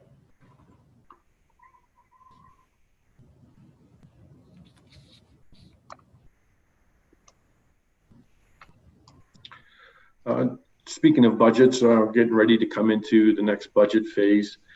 So just to kind of give some council some information and some little heads up as to what we're going to be looking at. The kind of graph on the right there kind of shows you, we're talking new asphalt road at the time. At the top, you'll have a good brand new asphalt road. Down at the bottom, you can see the black line going to around 15, 17 years. And then you're looking at doing some kind of shave and pave, mill and pave, if that road is holding up for you. So at about 15 years, you'll do another, brings it back up to a good condition. And then at about another 25 years, if it's holding up and the base is holding up, you get another shave. So over the first 25 years of that asphalt road, if everything works out good for you, you're 260,000, 300,000, depending what kind of work you have to do. Just to give council information, kind of what we're working at, what we're doing now. Road rehabilitation program, which we're looking at starting to implement. Try to show you some of the pictures here. On the left is kind of like some base failures where you see the road kind of giving out. On the right, you'll see some cracking starting in that. So what we're thinking and what we're looking at going further, you can see in this graph now, there's kind of the purple line there. So looking at every 5 to 7 years, if we have a good road that's doing a little bit of cracking or a little bit of base failure, if we come along and put 15,000 into that every 5 to 7 years, over that 25-year period, we've put $75,000 into that road instead of the 260, 300,000. to try to keep that good road good. Right now we're going chasing bad roads. Every year we go and fix a bunch of bad roads, and then some more bad roads come. So looking at it from a different perspective, why don't we come after these roads before they become bad roads? Keep the good roads good, get them to last longer, and not spend as many in the long run. Like I said, looking at spending $75,000 for the same road over a 25-year period, and spending, instead of the 26 to 260 to 300,000 in a 25-year, just to leave it and let it go, and then come back and try to repave it. Some ideas for sealing these roads, another thing that you do every 5 to 7 years. The picture on the left there, looking at the center line on the right, is a road that's been sealed in about 5 years. And you can see how the water just runs off. The water's not getting in, not penetrating. We all know once the water gets in, it makes the cracks bigger. We get the frost, we get the heaves. The side on the left of that picture, you can see how the water, it hasn't been sealed. The water's just sitting there soaking into the asphalt. The picture on the right there, the right side, you can see it's been sealed. You don't see the pores, you don't see the holes developing. The water's not getting in. It's able to kind of bleed right off there. The left side, obviously, you can see the pores in it where the water's going to get in, going to cause you that cracking, going to give you the base failure and the frost problems. So that was just a little information on what we're going to be trying in the budget. You'll notice that in the budget sheets that we provide. These are just two of our new operators getting ready for some winter plow training coming forward. For any questions, if there's anything that comes up later, if it's some more information or some questions, just send me an email and I can try to answer them. But I'll take care of any questions you got right now. Okay, questions, Council? Yes, Councillor Fitzgerald, I'm coming to your road with that grader. Thanks, Kevin. I see that you really are having difficulty getting qualified people to operate that equipment in the pictures. So good luck. Councillor Thompson. Yeah, but they work cheap, Councillor Fitzgerald. Couple of questions, Kevin, with regards to the preventative aspect of roads and so on and so forth. I noticed the district has started doing microchipping. The latest example of that, I think, is on Brunel Road type of thing. Is that sort of in our future, that kind of application? And the other question, I have another question for you after that as well. To you, Mayor. Yeah, that's kind of the sealing process. It's another layer, it's another lift of asphalt on top of it almost, or sort of thing, like seal. But yeah, that kind of thing is what we're looking at. We're looking at various different formats. Every road's going to deserve its own kind of special treatment, whether it's a base, a crack seal, or just a total seal of the road. The micro seal is just another version of the sealing of the road, trying to keep the base longer and keep the water out of it. Yeah. One further, Your Worship, if I might. For sure. Okay. The other question I have, Kevin, is with regards to some spot paving, and I'm thinking particularly on roads that that are high floated at this point. And I'll give you an example in my particular neighborhoods. That's why I'm sort of aware of this. And I know that Director Hernan and I have talked about this sort of briefly as well. But if you look at Muskoka, or if you look at East Wasiosa Lake Road, for the most part, the high float that we did, and then the slurry seal that we did, I think now more than a dozen or more years ago, is holding up really, really well, with the exception of the hill, the very steep hill, which is problematic type of thing. What do you think of, or is there any idea or any suggestion that we might say take that portion of that road where the problem is on the hill and pave that? I think we've done this in other areas, and I think it seems to work. I'm just wondering if we're giving consideration to that. And of course, the benefit of this would be we don't have to redo the entire road. We're just looking at maybe 300 or 400 meters of that road, as opposed to redoing the entire East Wasiosa Lake Road. Through you, Mayor. Yeah, that's part of the plan. I did give you numbers in experiment word 2, just asphalt roads, but no, high float 2, you can't, there's some things you can't do. You can't crack seal a high float road, traditionally speaking. But when it comes to base repairs, no, that would, high float roads would be considered in part of that. So spots like that, like you're talking that hill there, we can come in, do a patch, fix the base, and put an asphalt layer back in there on a high float road. Any other questions? Okay, thank you, Kevin. Lots of information there. Council, I have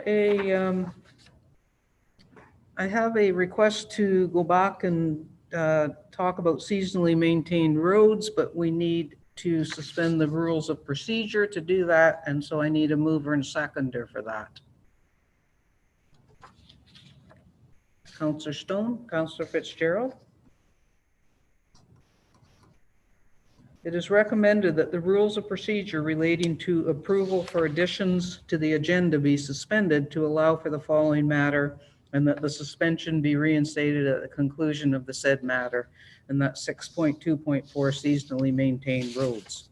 All in favor? And that's carried.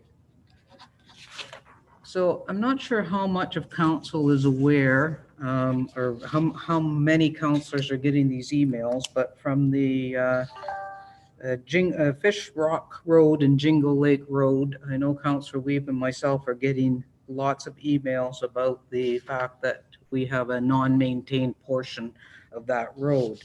And I think we need to deal with this once and for all. The residents are claiming the road used to be maintained, and that once we maintain it as a municipality, we are obligated to continue to maintain it.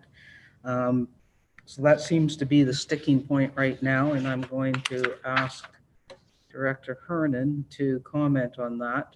We do South Wasiosa, we do, I think, a piece of Fish Rock Road, but not the end of it. So Steve, can you kind of walk us through this one particular road? Yeah, thank you, Mayor Terziano. First off, the issue we're dealing with is non-maintained, not seasonally non-maintained. So we do, as Mayor Terziano said, we have a municipal road to the plow turnaround, which is maintained year round with snow removal and everything. Then we have a small section of that road, which is seasonally maintained, which goes up to the Y, where Jingle Lake Road goes one way and Rock goes the other. That is seasonally maintained, meaning it gets graveled, graded, minimal work is done on seasonal roads. And then we have the sections past that, which are non-maintained. Now, on a non-maintained municipal road, the municipalities at their will, if they ever want to do any work on it, you can go in and you could fix a ditch, you could fix a hill, you could do whatever you want on it. It does not in any way mean that you now have to maintain that moving forward. We get multiple requests. I know Mayor Terziano and Councillor Weeb are getting requests all the time about this area, but I also know Councillor Schumacher and Councillor Fitzgerald deal with Buckhorn Road and Walker's Road and Estonia Camp Road. So we have multiple roads like this which are non-maintained. We just don't have the resources and the money to go in and start maintaining them. And in particular with the roads that we're talking about right now with Mayor Terziano, I don't even know how you'd physically get some of our equipment down there. It's not a case of just going in and putting some gravel and grading it. You'd have to go in and brush it so you could find the road in some cases. And you would have to then start putting some ditches in and then start maintaining it.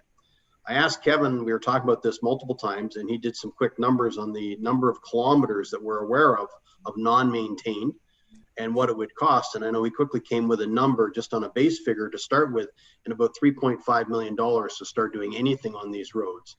And then it's a matter of equipment and manpower, and where do you start and where do you stop? I think what the issue is in these roads is more and more people are moving up to their cottage properties. They're living there year round. They're plowing them. They're driving the frost into bases that just can't take it. And every spring we get a glutton of these roads, which are in terrible shape, and people are expecting the municipality to deal with them. We do not maintain non-maintained roads. The roads in question, they've indicated that they feel that years ago they used to be graded. We can't find any records or any knowledge of that. Doesn't mean that a grader operator didn't go down a road where he shouldn't have gone down. We've had that happen in the past. And I think what's probably highlighted this issue out in this area is we redid all our signage on non-maintained roads. for two reasons. One, to let the public know what the road they're on, and two is to let the operators, we have so many new operators, know what road they're on and where they're to stop and turn around, so that it's an indication to our employees. I know in the Fish Rock area, the week we put the signs up is when all of a sudden it became a big issue when people said that we changed the maintenance schedule. We didn't change the maintenance schedule, we just properly signed the road.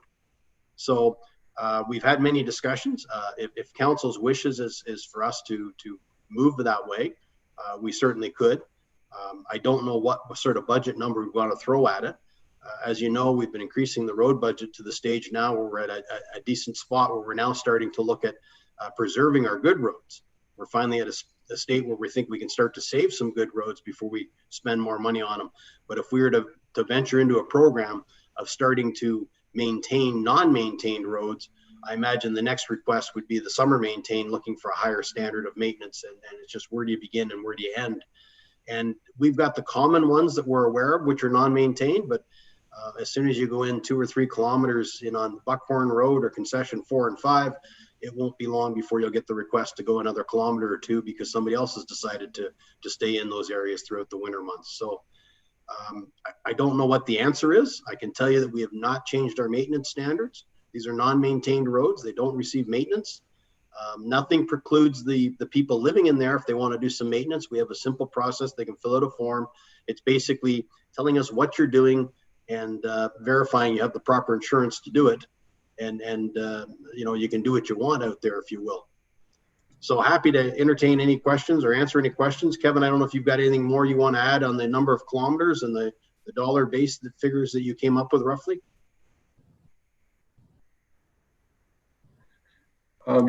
There was 45 roads, I believe, so 45 sections of road. We just took an average of 1 kilometer per road. Some are longer, some are shorter. And that 3.5 million was just to bring them up to a summer maintained. That's not an all year maintained or anything like that. That's just bring them up to the bare minimum summer maintained. Going forward, if you want to go any further, like winter and everything else, where you're adding another $8,000 every winter event if you're looking to add them to a winter maintained portion. Councillor Armour. Thank you, Worship. Through you, I think this is a very slippery slope that we're talking about right here. There's numerous, as you just mentioned, how many kilometers we actually have that are in maintained roads. And I know in Grinnell Ward alone, there's multiple. So I think they're doing a great job right now. And I think that Director Herndon's hit the nail on the head when he talked about more seasonal people moving in year round and requesting the roads be maintained. I get the same type of calls in my ward, and I think if they bring it up to municipal standards, then we could probably look at assuming the road, but I don't think we should be spending the money to bring it up there. Councillor Withy. Thank you, Your Worship. So the town is experiencing a lot of growth. These people pay taxes. If they're coming up and choosing to live here year round, I mean, we are a welcoming community. We need to look at, I guess my question or my response would be is let's look at the real numbers and where these things are happening, because these are citizens in our community who are paying taxes. And if somebody happens to be somewhere, I think it behooves us as council to look into these with more detail and see, because I don't think this trend is going to slow down, and I think that our community is growing, and we've got to, I think, sort of be a little bit more visionary, forecasting, and get more detail on these things before we make any decisions. Thank you. Councillor Weed. Thank you, Your Worship. I think my take has been all along that perhaps we should look at setting aside a small amount in the budget, and that would be more for emergency type repairs. I think that now and again, some of these roads experience devastating washout or something like that where it's impassable. And I think that on that level, I think that maybe we should be there to help out. But I think also there's merit in Steve's comments that we have many, many kilometers, and it would take, you know, Herculean efforts to get them to be able to even run equipment down there. So I see the challenge of it, but I also see merit in setting aside a little bit of money to help out when it's really needed. Councillor Thompson. Thank you, Your Worship. I think a lot of these roads already have road associations, and there's agreements that each resident on those roads pays so much towards maintenance and winter plowing and that kind of thing. I guess what I would do, rather than, you know, trying to solve everybody's problem, is encourage those that don't have these road associations to actually form one, and then they can determine themselves, like, to what degree they want to spend. Like, it's not uncommon, I think, depending on the number of residents on any of these private roads and so on and so forth, to be spending like somewhere in the vicinity of $400 to $500 a year, which, you know, is a pretty minimal amount to have the road graded and or you know, gravel brought in and snow plowed type of thing. So I think that's what I would be more inclined to do, would be to encourage any of these residents on these roads to form associations, and then they can have some kind of a maintenance schedule of their own and go from there. That's what I would suggest.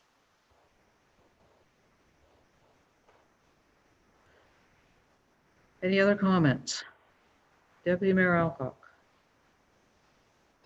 Thank you, Your Worship. I just want to echo actually what I heard from Councillor Thompson. I'm thinking of one, actually two, in my immediate neighborhood.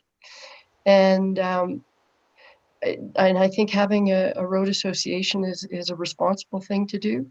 And sometimes, you know, then you can ask the association if that's not good enough, then you can have that dialogue with them. If they want to bring the road up to a municipal standard, then the municipality certainly can consider, obviously, making it part of its roads program. But I think that is a responsible thing to do.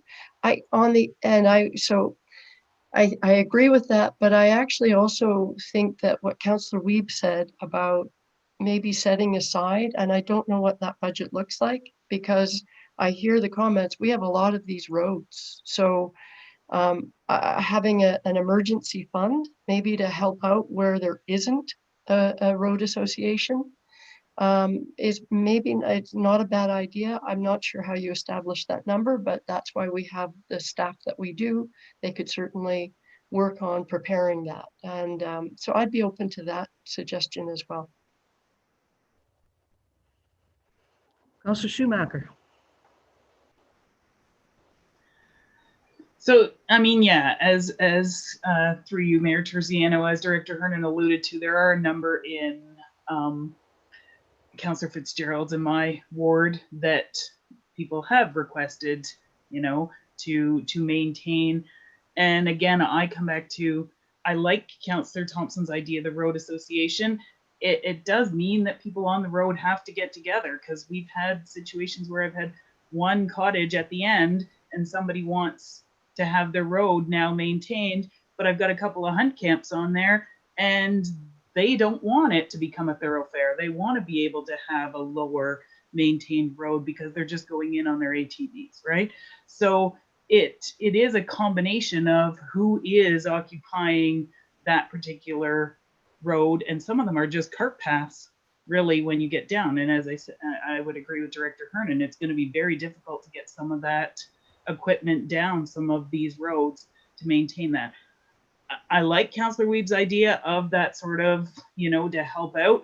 But again, I don't know where, do we have some sort of clause? And maybe Director Hernan, you can speak to this, because I know we've gone in and helped out with some of these roads, and then in perpetuity, now all of a sudden, we're expected to maintain it once we've gone in and done so. Steve? So through you, Mayor Terziano, we do have budget money for shoulder repair, road repair, and we have gone into non-maintained roads after major flooding, major issues, and assisted. And I'm thinking of the one road in particular up in Councillor Wiebe's area. I'm at a loss for the name of it, but you remember the road we went in there, Councillor Wiebe, and we helped with the culvert issue. But then the residents carried on with their own maintenance and their own thing. They didn't expect any more. It was a simple one culvert. It wasn't just put one lift of gravel down. It's like we have a major washout, and we went in and assisted with it. And there's nothing precluding the municipality to doing that on non-maintained roads. And because we went in and did that once, didn't mean that we became the maintenance authority for that road either. So municipalities, because they own the land, can always do that. And we've used our judgment, and usually once a year, we're dealing with one of those one-offs somewhere. But we're not doing the full maintenance, which people are requesting, where they're asking for gravel grading and ditching. Okay, so we have Days Lake Road. Councillor Whitby. Just a quick point that the insurance for road associations is, especially if they're doing maintaining or upgrading roads, is virtually impossible to get or / afford, particularly in this market, but even in good markets, it's very difficult and expensive. Councillor Thompson. Thank you, Your Worship. Through you to Julia. I see Julia's here. Is the degree of maintenance and work we do on any of these roads reflected in their tax bill? I wonder if Julia could answer that. Thank you. I just was checking with MPAC actually, because I would assume that if a home is on an unassumed road, that would be reflected in their assessed value. So I'm not sure if we did take over that road, then if it would be it would increase their assessment. Does that answer your question?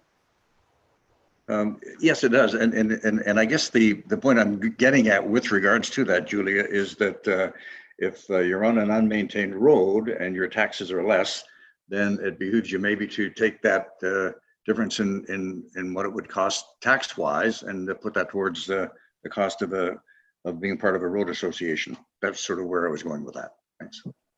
So, Julia, can I follow up with that? So yeah, so it wouldn't be. We only have one tax rate for residential properties, so it's not necessarily reflected in the tax rate. It would be reflected in the assessment. So that is what I would have to check with MPAC.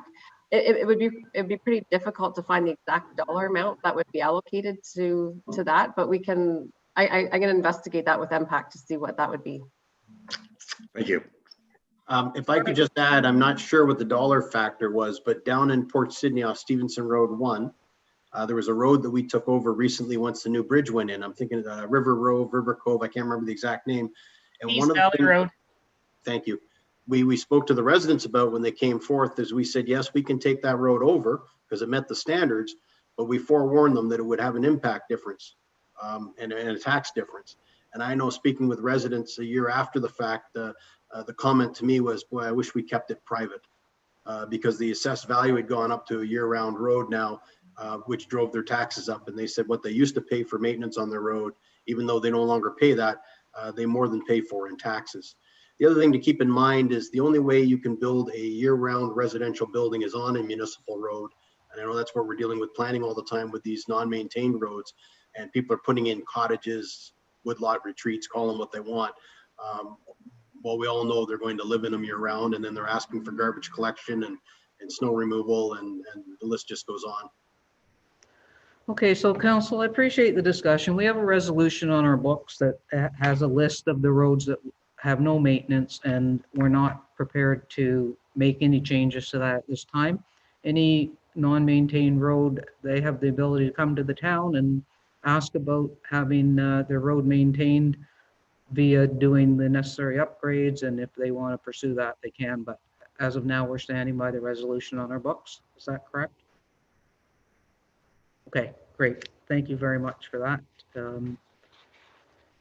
The director and I will probably craft a letter to send back to some of these folks.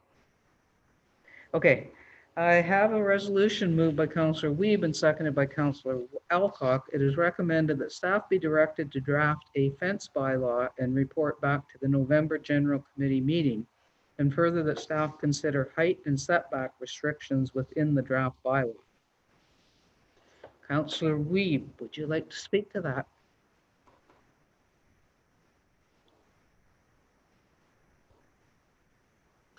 Sure, I sure would. Thank you, Ziano. I guess this came out of a discussion with a neighbor defense that was really high. It was, I think, in excess of 8 feet.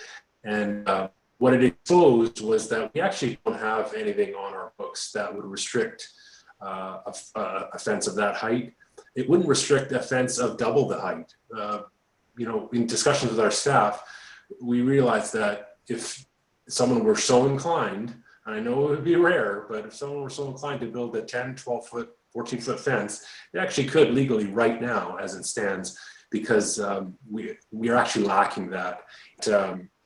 I think that it's one of these things that I don't think it'll ever be used maybe in the future, but I'm hoping it's not used. And but that being said, I think that in the case of something bizarre or a neighborly dispute that escalates, I think we should have the power, at least on our books, to undo something that's potentially very foolish and vindictive. So that's where it's coming from, and I'm.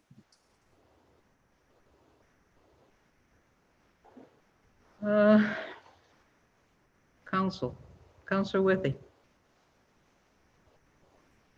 This is a head scratcher for me. I'm not sure how, or, you know, when you get into people's individual rights to privacy and things like that, for whatever the reason might be, I'm not sure if we're stepping over any sort of legal boundaries by trying to meddle with people's rights to privacy. So if we have some sort of restriction or height thing and I want to put a hot tub in my back deck, then, and the neighbor is sort of up the hill behind me, and I want privacy, then all of a sudden we have something that's in there. I think I'd almost want to see what sort of a legal opinion would be about putting something in place like this, and what it means to people's individual rights for that way. And I mean, I get the situation. It's unfortunate. Hopefully, you know, you think, just, we talked before about neighbors getting together and getting along. Doesn't always happen, as we know, but I don't know that putting something together just to sort of have on the books just in case that no one will ever use, I don't know if that's legally prudent. Just a question out there. When I first sort of saw this and listened to this now, it's, as I said, it's a head scratcher. Thanks. Councillor Weed.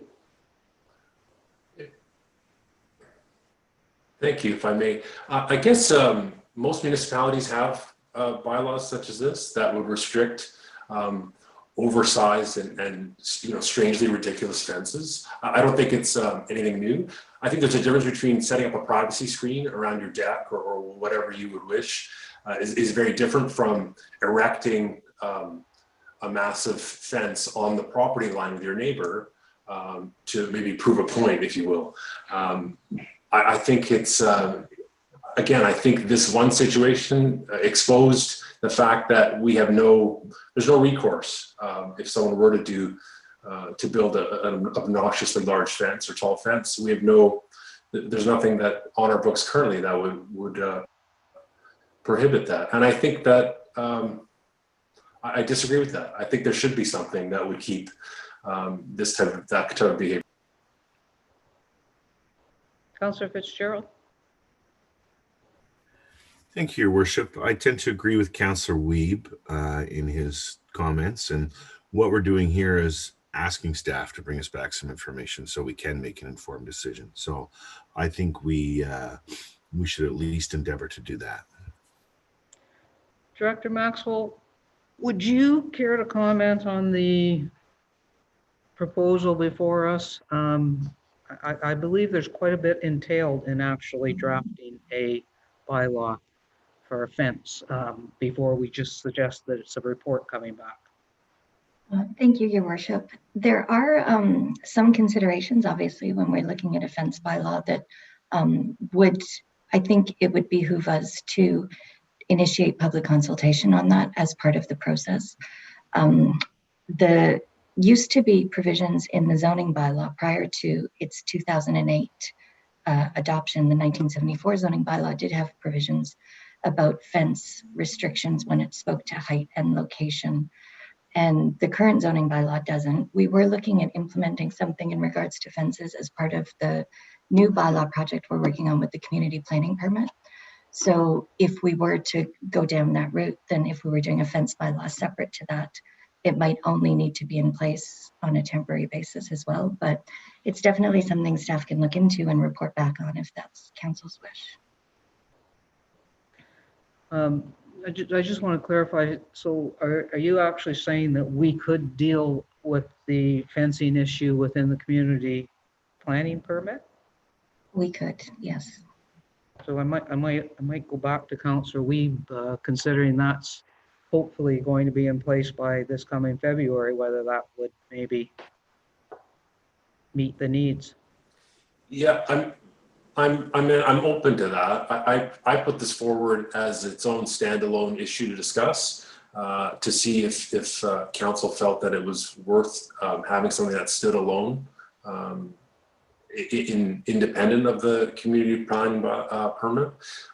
But either way, I think the discussion really comes to the heart of it, which is, do we think people should have the freedom to build any type of fence, any height of any style, as close to their neighbor as they choose, or should there be some restrictions in place? So that's at the heart of it. So I'm open to however committee feels to proceed.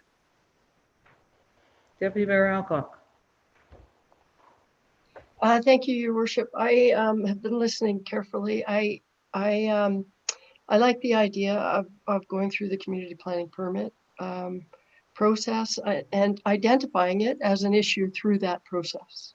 And the reason being that, you know, similar to the tree cutting issue, we'd have to go out and do a separate public consultation. And so let's wrap it in as part of the community planning permit public consultation. So from that perspective, I think, you know, again, it's a question of staff time and all of that. But I absolutely hear what Councillor Weeb is saying, and I think that we need to consider it, but let's consider it through the community planning permit process. Councillor Fitzgerald. Thank you, Worship. Thank you, Director Maxwell, for that insight, and I'm happy to wait for the CBP to come into play and have you guys use your time effectively to do what you need to do. Thanks. So, and hang on a sec.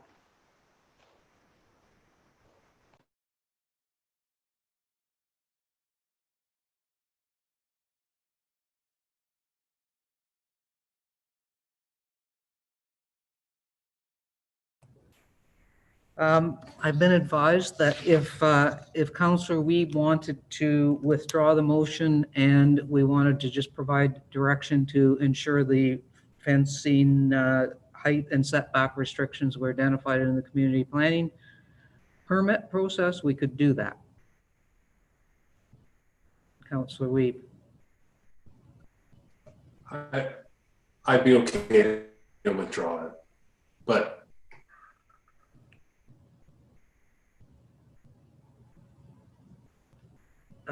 is that good enough? Yeah. And Councillor or Deputy Mayor Alcock, you were the seconder. Would you be okay with withdrawing that? Yes, absolutely. Okay. And Director Maxwell, you have verbal direction to ensure that that piece is included in the community planning permit process. Thank you, Your Worship. We will. Okay. Council, we're going to take a 5-minute break, no more. We're waiting for a couple staff people for the last piece. So 5 minutes, and just darken your screens and mute yourselves. Thank you.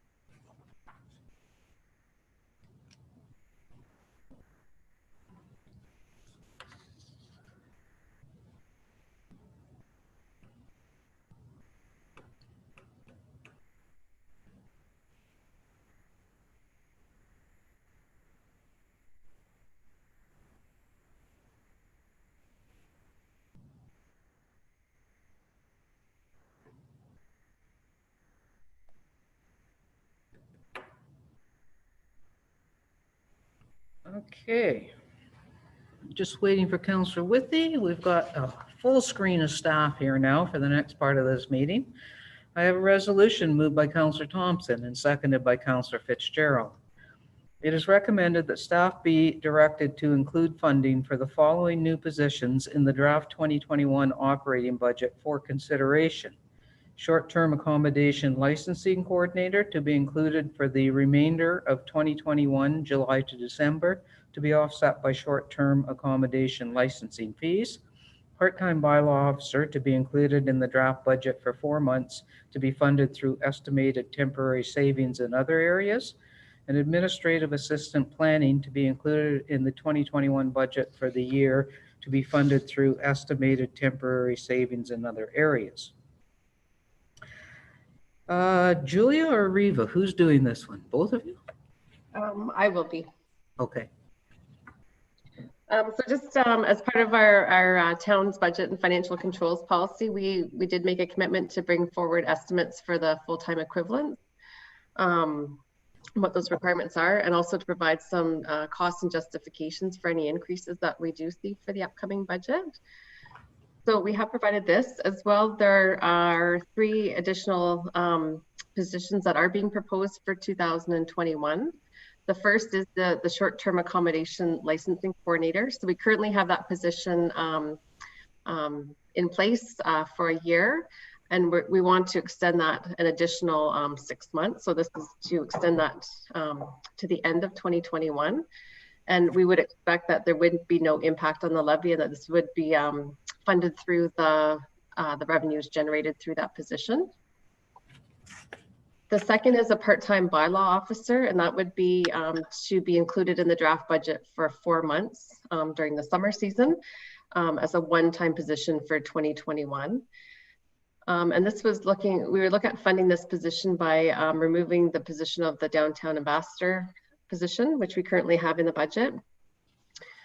This position would be at a higher cost because of the qualifications and duties that they would be responsible for. And we're anticipating that we could fund this in 2021 with other one-time temporary savings in other areas due to COVID-19 restrictions. The reason for this position is that there has been a significant increase in the volumes of complaints and requests for increased enforcement over the past few years. So they would still continue to enforce parking infractions in the downtown core, but they would also be an additional resource for complaints and requests so that we could have that in place for 7 days a week during those 4 months. The last one is the administrative assistant for planning. And this would be a one-time position for 2021. And it would be offset, we believe, by other temporary savings in the SWB for 2021 due to the restrictions that are in place for COVID-19. So we're looking at, so this position has been added in 2021 on a temporary basis to ensure that we're able to maintain our existing service levels. There's been a significant increase in the call volume for planning and building inquiries. So it's spilling out, having an impact on that fact, on those staff, and just making sure that we're able to respond to the public's inquiries in a timely manner. So those are the 3 positions that we are looking at, including in the 2021 budget. And again, they're all on a temporary basis, so only for 2021. And we do think that as we move through the budget process, there may be some one-time savings that we will be anticipating because of restrictions on programs that we may not be able to put in place right at the beginning of January 1. We're not sure when all the programs will be able to come back online, but that's where we are anticipating finding some temporary savings there. So as well, we've also provided a summary of the full-time equivalents, just to show you the different, the changes between each of the different budget areas. You'll note that in 2020, there was a total FTE of 150.35, and that's actually been reduced in the 2021 draft budget that going forward to 149.89, so just a small reduction there. And you'll see that most changes are minor, and they are a result of reallocations between departments or areas where we had added staff in 2020 on a contract basis, and now that's been reduced. Appendix B provides a summary by division on a high level. And overall, you'll see that the increase from year to year that in the base budget is $59,000. And the majority of that relates to operations in the Protective Services Division. And you'll see there is a significant increase of $162,000. And this primarily relates to transitioning to part-time, for part-time hours to 2 full-time hours. So there's an additional cost to making those positions full-time, primarily for parks and trails and winter control. And these have been offset by a reduction in part-time hours in the contracted services for parking lot winter control. So you will see in the draft budget, we will be reducing that contracted services line by, I believe it's $50,000. There's also an increase in hours due to parking lots now being maintained in the winter by town staff rather than contractors. And overall, you'll see that there's an increase in that division by 1.17 FTE. In the development, and you can see all the different variances that make up that overall on Appendix C. So in development services, there's also the position of the GIS technician. This was delayed in 2020 due to COVID. So all we've done is we've shifted that contract to where it's going to end up in 2021. So that's the difference there. And that will be offset by the building reserve and the Ontario service delivery funding. So there will be no impact on the levy for that. So again, Appendix C just provides the variances of the significant changes. So overall, you'll see that the increase is we're looking at for status quo, where the base level is about 59,000, and that will be offset through the budget process by contracted services and winter control. So the net increase should be fairly minimal. Is that it? Yep. Okay, questions? Councillor Stone. Julia, the bylaw officer, is the BIA still expected to contribute to what used to be the ambassador? And is the amount of time this person's spending downtown helping citizens and ticketing cars, is that going to be reduced? It sounds like it will be. I think Director Maxwell wants to answer that one. Thank you. We haven't spoken with the BIA specifically about that topic yet, because we were also looking at potentially engaging a streetscape ambassador, and I know that on Monday night that was discussed at council. So the issue that we see with bylaw, unfortunately, is that the number of complaints and inquiries and concerns that are being raised are overwhelming staff as it is. And this summer we were trying to have a bylaw officer available 7 days a week, which we can't do with a parking ambassador because that role isn't a full bylaw enforcement person. So we would be doing the same ticketing process and patrolling the downtown core, regardless of what that role looks like. But we would also be able to then incorporate a different shift schedule and have them be able to do more than just parking in the downtown. So, but we will be speaking with the BIA about it. We just wanted to see where council was at with the proposal. a follow-up? So is there an expectation that the BIA still contribute funds? It would depend if council wanted to go through with the streetscape ambassador position as well, and then the funds would be more appropriately allocated to that. But again, we haven't had that discussion with the BIA at this time. Thank you. Councillor Withey. Thank you, Worship. I can tell you, I agree with, let me just say this is a great report. Thank you, Julia and Riva. I have a question, probably a dumb question. Just to start off, when we look at the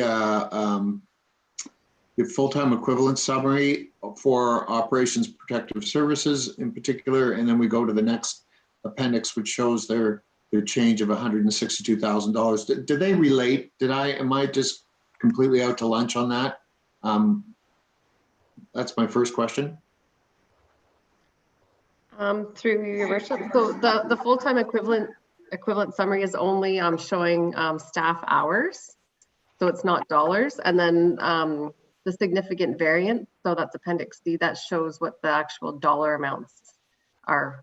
So they don't exactly correlate because there's some items there where it doesn't necessarily relate to increase in hours. And Chris, just quick, thank you for that.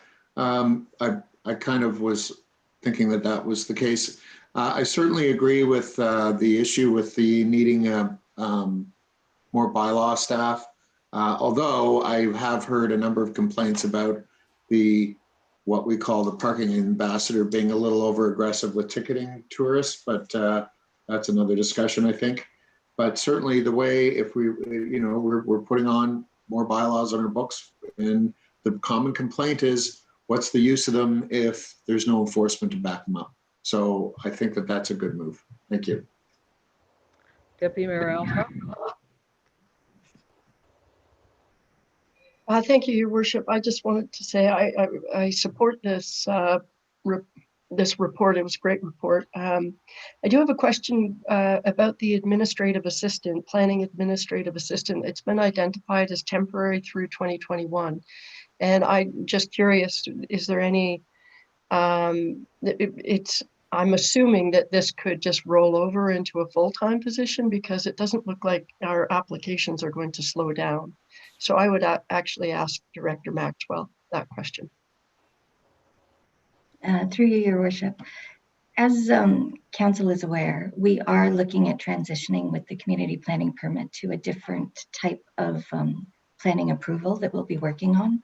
So at this time, although we are seeing significant inquiries, we don't want to jump into any full-time positions until we really can evaluate what needs the department will have once we have this new bylaw in place. So that's why it's being requested just on a temporary basis. Follow-up? Yeah, just a quick, I thank you for that. And I certainly, that explains a lot. In fact, that might answer a number of questions I had regarding the business plan. So there we go. Thanks. Councillor Thompson. Thank you, Your Worship. With regards to the part-time bylaw officer, that would be specific to downtown and parking, I'm assuming. And could I get an answer to that? And then I do have a follow-up. Through you, Your Worship. Yes, it would be focused on parking in the downtown, but also with the ability to do enforcement of the other bylaws like noise and those other bylaws that we're encountering in the summertime on a more frequent basis. Thank you, Kirsten, for that. Pursuant to that, I'm just wondering, if there's been discussion with Andrew and Corey in bylaw with regards to maybe this should be more of a full-time position, and because we do have, as we all know, I mean, we have a massively, rapidly increasing population here with lots of different programs going on and an increasing a number of complaints and so on and so forth. And I'm just wondering if maybe in discussion with Andrew and Corey, they could see where this should be maybe a full-time position and expanding our bylaw department, because 2 in a town of 20,000 permanent residents and how many seasonal residents seems to be an insignificant number. So I'm just wondering if there's been discussion to maybe further that particular position into a full-time. that we have been talking about it. As you were all aware, because you hear complaints as well from the public about the different bylaws, the bylaw education is a huge component of the enforcement process as well. And we are hoping that if we can judge based on next year's inquiries and complaints and enforcement with a full bylaw officer working those summer months, we'll be in a better position to judge whether or not we can still effectively enforce all of the bylaws with just summer enforcement, or if we would need additional full-time staff. But it's something that we'll be evaluating as we move forward. Councillor Fitzgerald. Thank you, Your Worship. I guess this question is for Director Maxwell. I understand that there is a lot of bylaw complaints and that we want to have 7-day coverage. I'm curious about the times and the hours of work, because a lot of the complaints that I'm aware of seem to be enforceable and to be able to be investigated outside of work hours. So I'm wondering what the actual allocation for work scheduling is and enforcement. Through you, Your Worship, this past summer we had bylaw officers, Andrew and Corey, the full-time bylaw officers, working on the Saturdays as well. We weren't able to effectively cover Sundays with just a parking ambassador too. The noise complaints that are being submitted or filed with the town, if they're happening after normal business hours and in the evenings, normally they would call the OPP first, but also let the town know. And quite often, the way that noise enforcement would work, as an example, would be if someone was being noisy on Friday night at 2 a.m, bylaw obviously wouldn't be able to attend, but on Saturday morning or on Sunday morning, if it's a Saturday night call, they would be able to go and do enforcement at that point. So that's why we're feeling that a 7-day-a-week coverage would be more effective. And then the hours of work could vary throughout the week so that somebody was available to deal with parking complaints and issues until 7 or 8 o'clock at night for the summer months as well. Just to follow up, Your Worship, if I may. So how effective is that after the incident by law enforcement? Is that an effective method?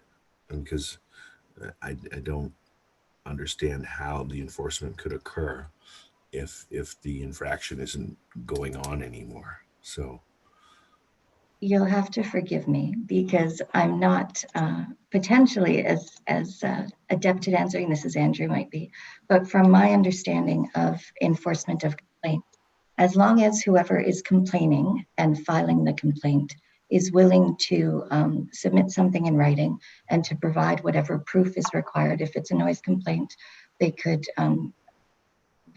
use their phone and record it and submit that.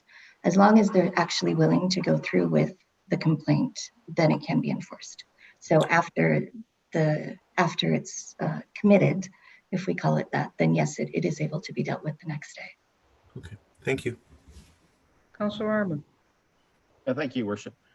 One thing I'd like to see if we were to add this extra bylaw person is that we get some numbers or some revenue numbers on how it offsets the cost of the wages for the person. Because I know last year through our burning cycle, when we had all those complaints of no burn, I don't think we issued any fines at all when their neighbors to the north of us issued $11,000, $12,000 in fines. So I would really like to see that if we have an extra bylaw person, that we do get some fines out there to offset the cost of the wages. So no real question there, but definitely, and I agree 100% with you, Councillor Armour. Councillor Thompson. Thank you again, Your Worship. Through you to Kristen, with the previous point, if a complainant was to file a complaint and follow through with it, even if it was the following morning, does this maintain their anonymity with regards to the complaint?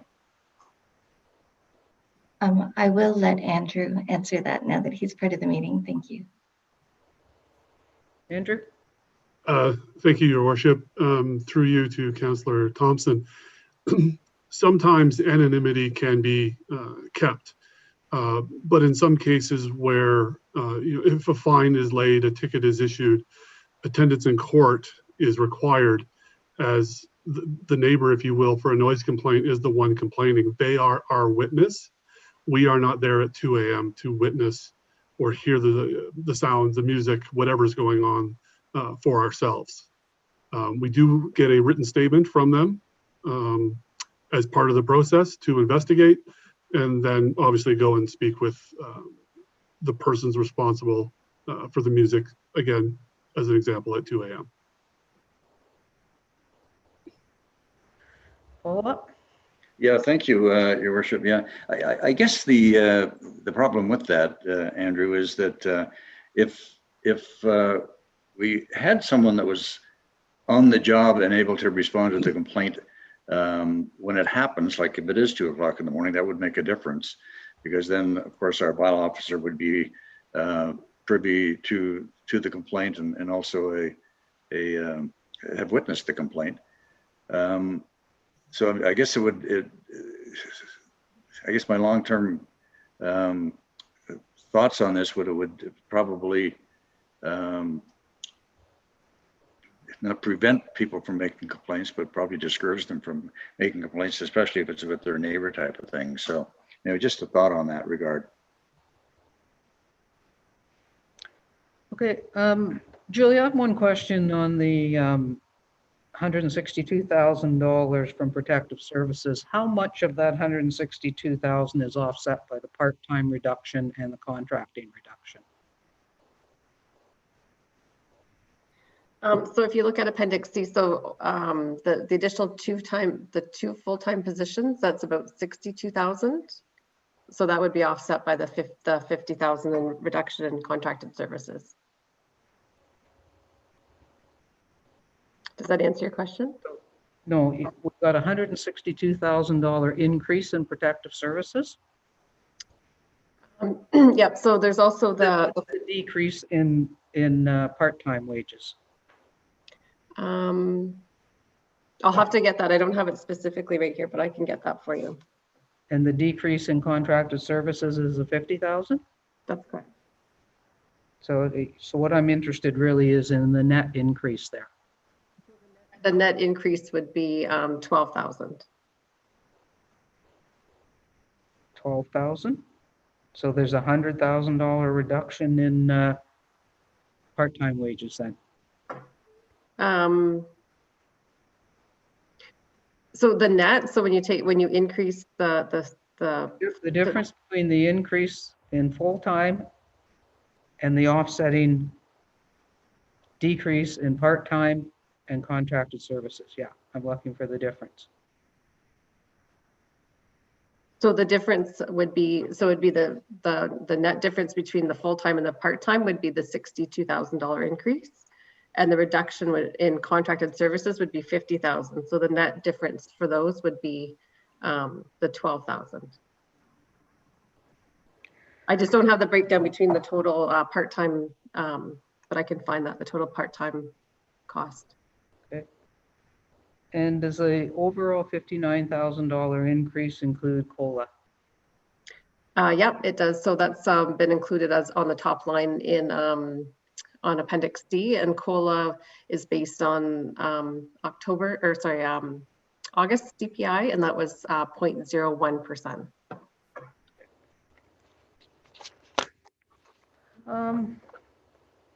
If there's no other questions, I will call the question. All in favor? That carries.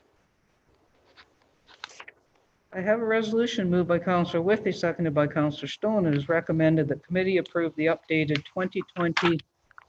2020-2023 departmental business plans as attached as Appendix A to Corp 2020-37. Questions, or I guess Max, maybe Reeve is going to do an outline first. Okay, go ahead. Thank you, Mayor Terziano. So just to give a little bit of background, last year, each departmental manager was tasked with preparing detailed four-year business plans to ensure that each of the goals in the strategic plan would be addressed before the end of 2023. So these departmental business plans included detailed projects with estimated target dates, a narrative of the issues and challenges facing the department, and any significant budget notes for each of the 4 years. So since these business plans are a multi-year document, staff committed to providing committee with an annual update to outline any changes made to the projects throughout the year.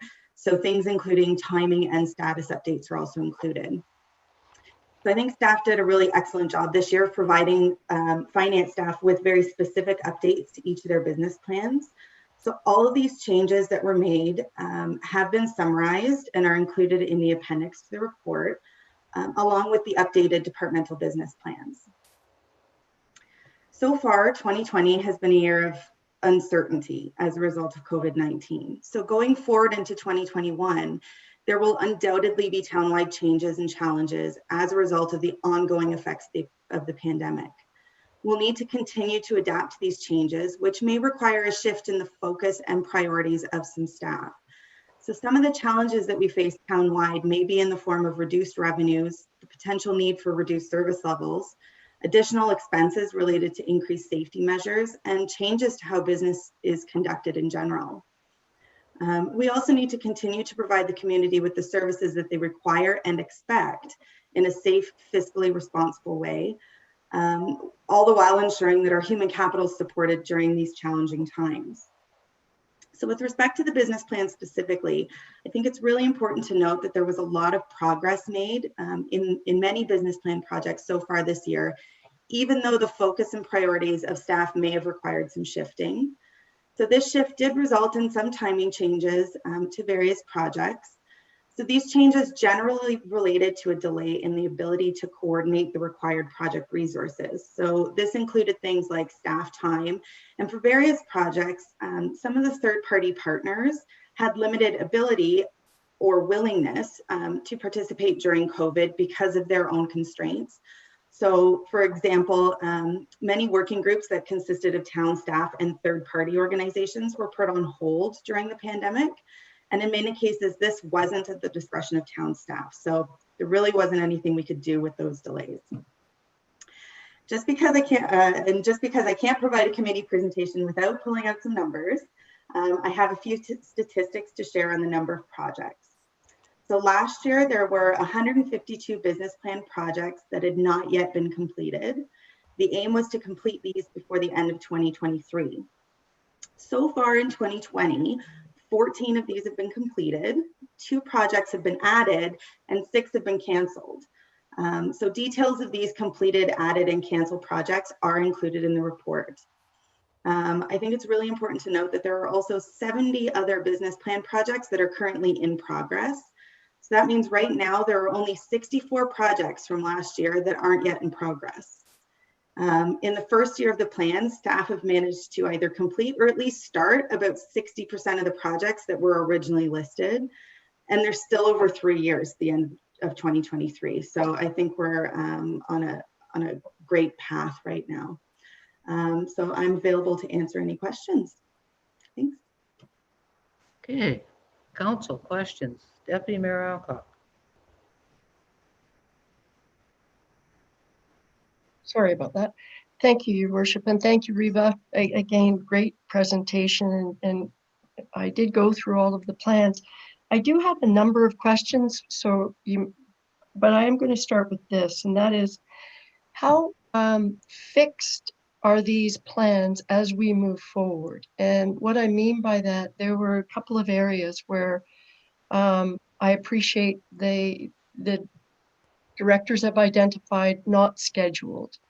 And what I mean, there are a couple of areas like climate change initiatives not scheduled. And in the area of community services, anything to do with our previous cultural strategy, direction around that, or heritage, nothing is scheduled. And I recognize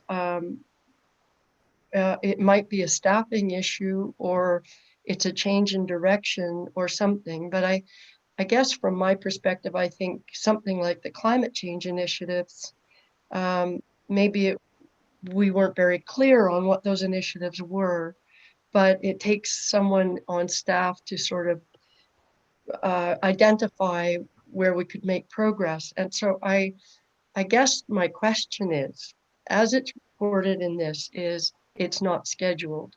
So is there a plan for the director to come back with something that this could be rejigged, or is this, if we approve them today, then that's set in stone as we move forward? Riva? So thank you, through you, Your Worship. So these business plans are kind of a fluid document, right? So they're ever changing, always updating as things are getting completed. So the not scheduled status just means that the project hasn't necessarily been assigned to a specific staff person yet, because they're, you know, that department is trying to get other things done. That's not to say it's not going to be scheduled. It's just at this point, we're not sure when it's going to get done yet, but it's still, we're still planning on getting them done before the end of 2023. So I think there are probably some projects where, you know, maybe we're not 100% sure yet what the project looks like, because, you know, the departments might need some further direction that they will ask for kind of when they get to that project, right? But it's not set in stone by any means. Everything, you know, it's always changing. And actually I did receive a couple emails today from some of the managers saying, oh, you know, I think we need to, you know, add this note for next year into the issues and challenges, or, you know, we're always kind of getting updates. This is just at a point in time when the managers and directors updated their plans. This is kind of where they were at. Thank you. Councillor Whitty? Thank you, Your Worship. I guess sort of along similar lines, and I understand what you said, Riva, about the fluidity of this.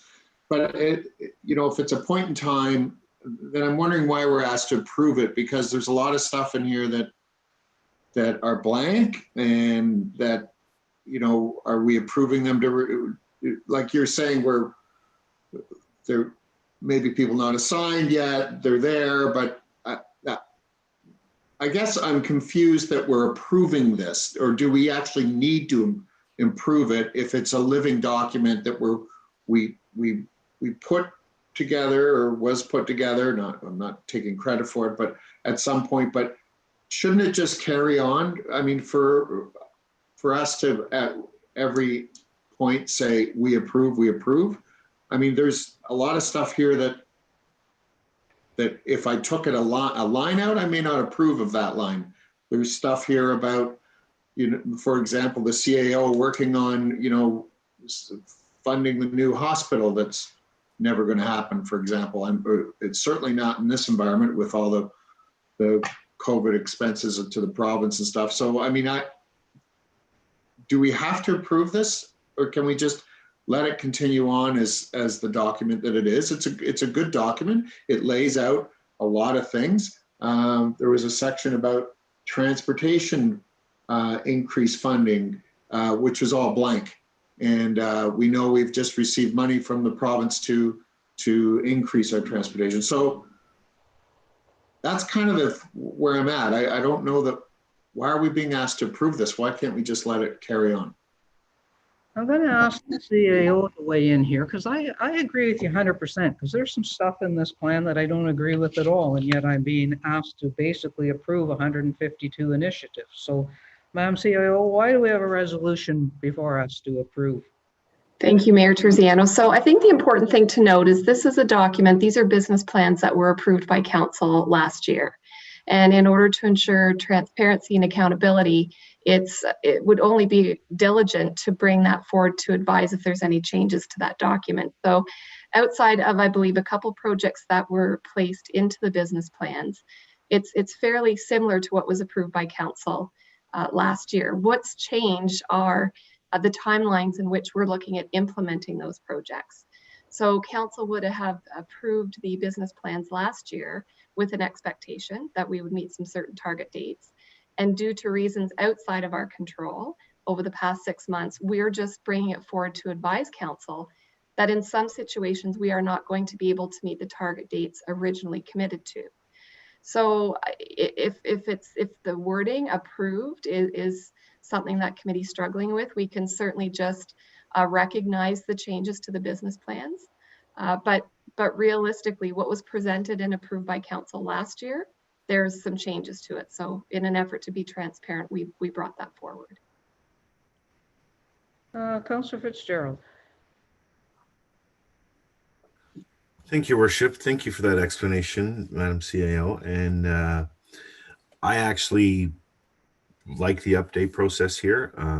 If we had the option to discuss maybe something that had been canceled that we don't necessarily agree with. So I welcome the opportunity to be provided with the updates and have some input if maybe necessarily we don't agree with some of the things. So I would like to continue to see this. The wording may be an issue for some, but not for me. Councillor Thompson. Thank you. Thank you, Your Worship. Yeah, as Rika pointed out, this is fluid. This whole situation is fluid, and we've noticed from the reports things that the 14 items that have been completed this year, and then the number that have been canceled, and so on and so forth. So it is definitely a fluid situation. So I have no problem approving it as we go forward. I think that's just. If nothing else, we're approving the process, approving the work, and so on and so forth. If there's an individual item in there that you don't agree with, then who knows? It might be pulled in the future in any event. So I have no problem approving this at all. Councillor Weed. Thank you, Worship. I feel the same way. I would be curious, though, as to know when it would come back again for us to review, because I'd like to see how it evolves as we go. If this was to be brought back, say next, I don't know, June, I'd like to see the changes that staff feel are appropriate. Obviously, it's a changing climate. Every week things are changing, but I'd like to be kept apprised of how it's evolving.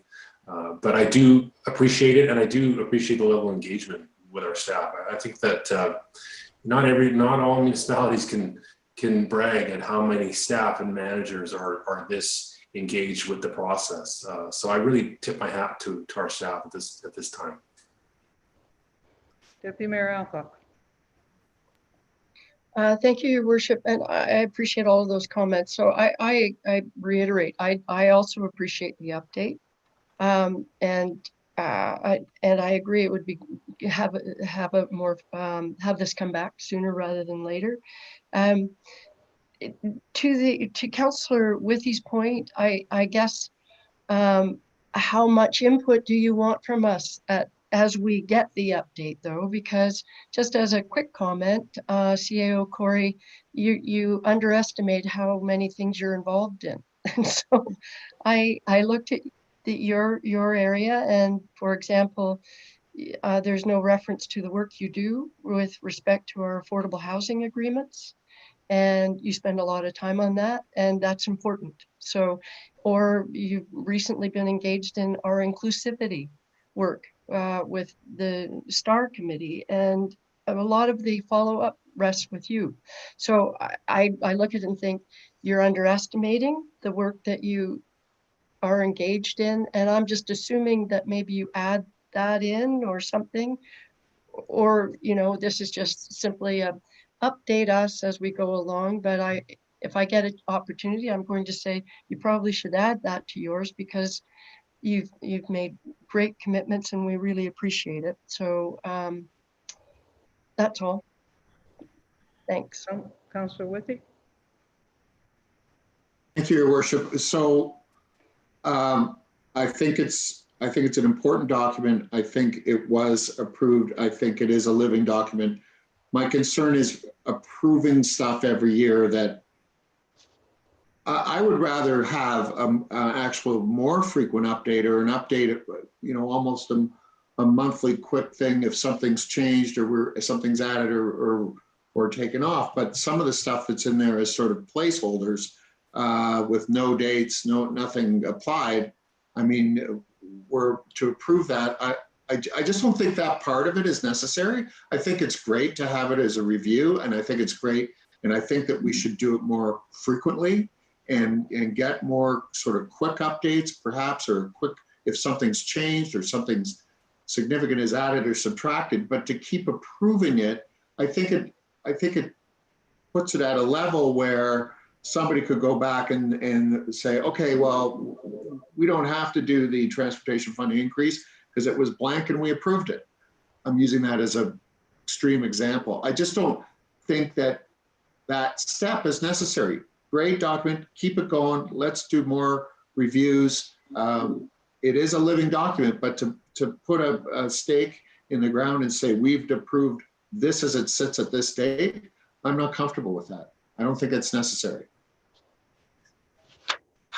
I think it's, I agree. It's good document, it's good information, but it should have been a report provided for information. It's an information update, and maybe we should be passing a resolution saying we want an information update every 6 months instead of annually. I don't know, but I won't support this resolution. But maybe the majority of council will. So I am going to call the question. All in favor? Opposed?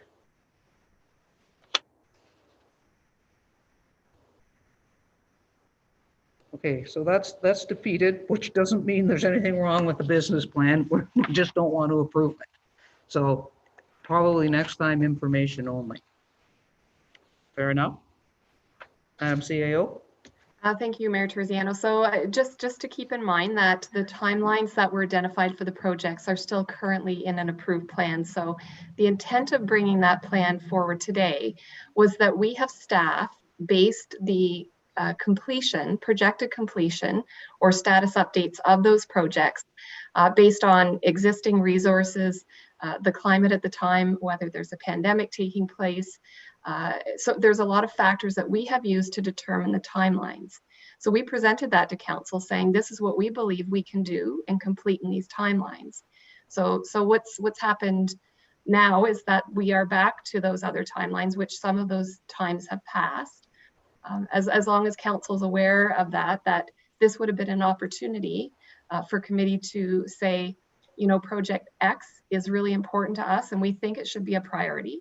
And then we could realign our staff resources to focus on that priority. So that was the intent of bringing the report forward for approval, was more so of, do you agree with the new timelines that we've established with respect to what your constituents would expect? And are you okay with us moving forward with that? So I appreciate the committee's position on not wanting to approve things per se when there's no timeline identified. But some of the items where we had proposed to change the timelines, that hasn't been supported by committee. So I could certainly go back and further discuss with senior management on next steps moving forward with the document.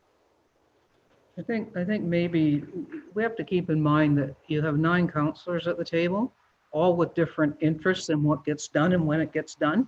And you have about 9 department plans there or more. So I think you're probably going to get input on every single one if you're going to go for approval on it. So if I may, Your Worship, if we're just approving it, if it's just for information, then perhaps the minutes can note that no objections were posed with respect to the timelines presented. Something to that effect, just so staff have something. And I don't know if the clerk, I know minutes are without note or comment, I know that. But I'm just looking at some kind of solid foundation that we can move forward on with the document.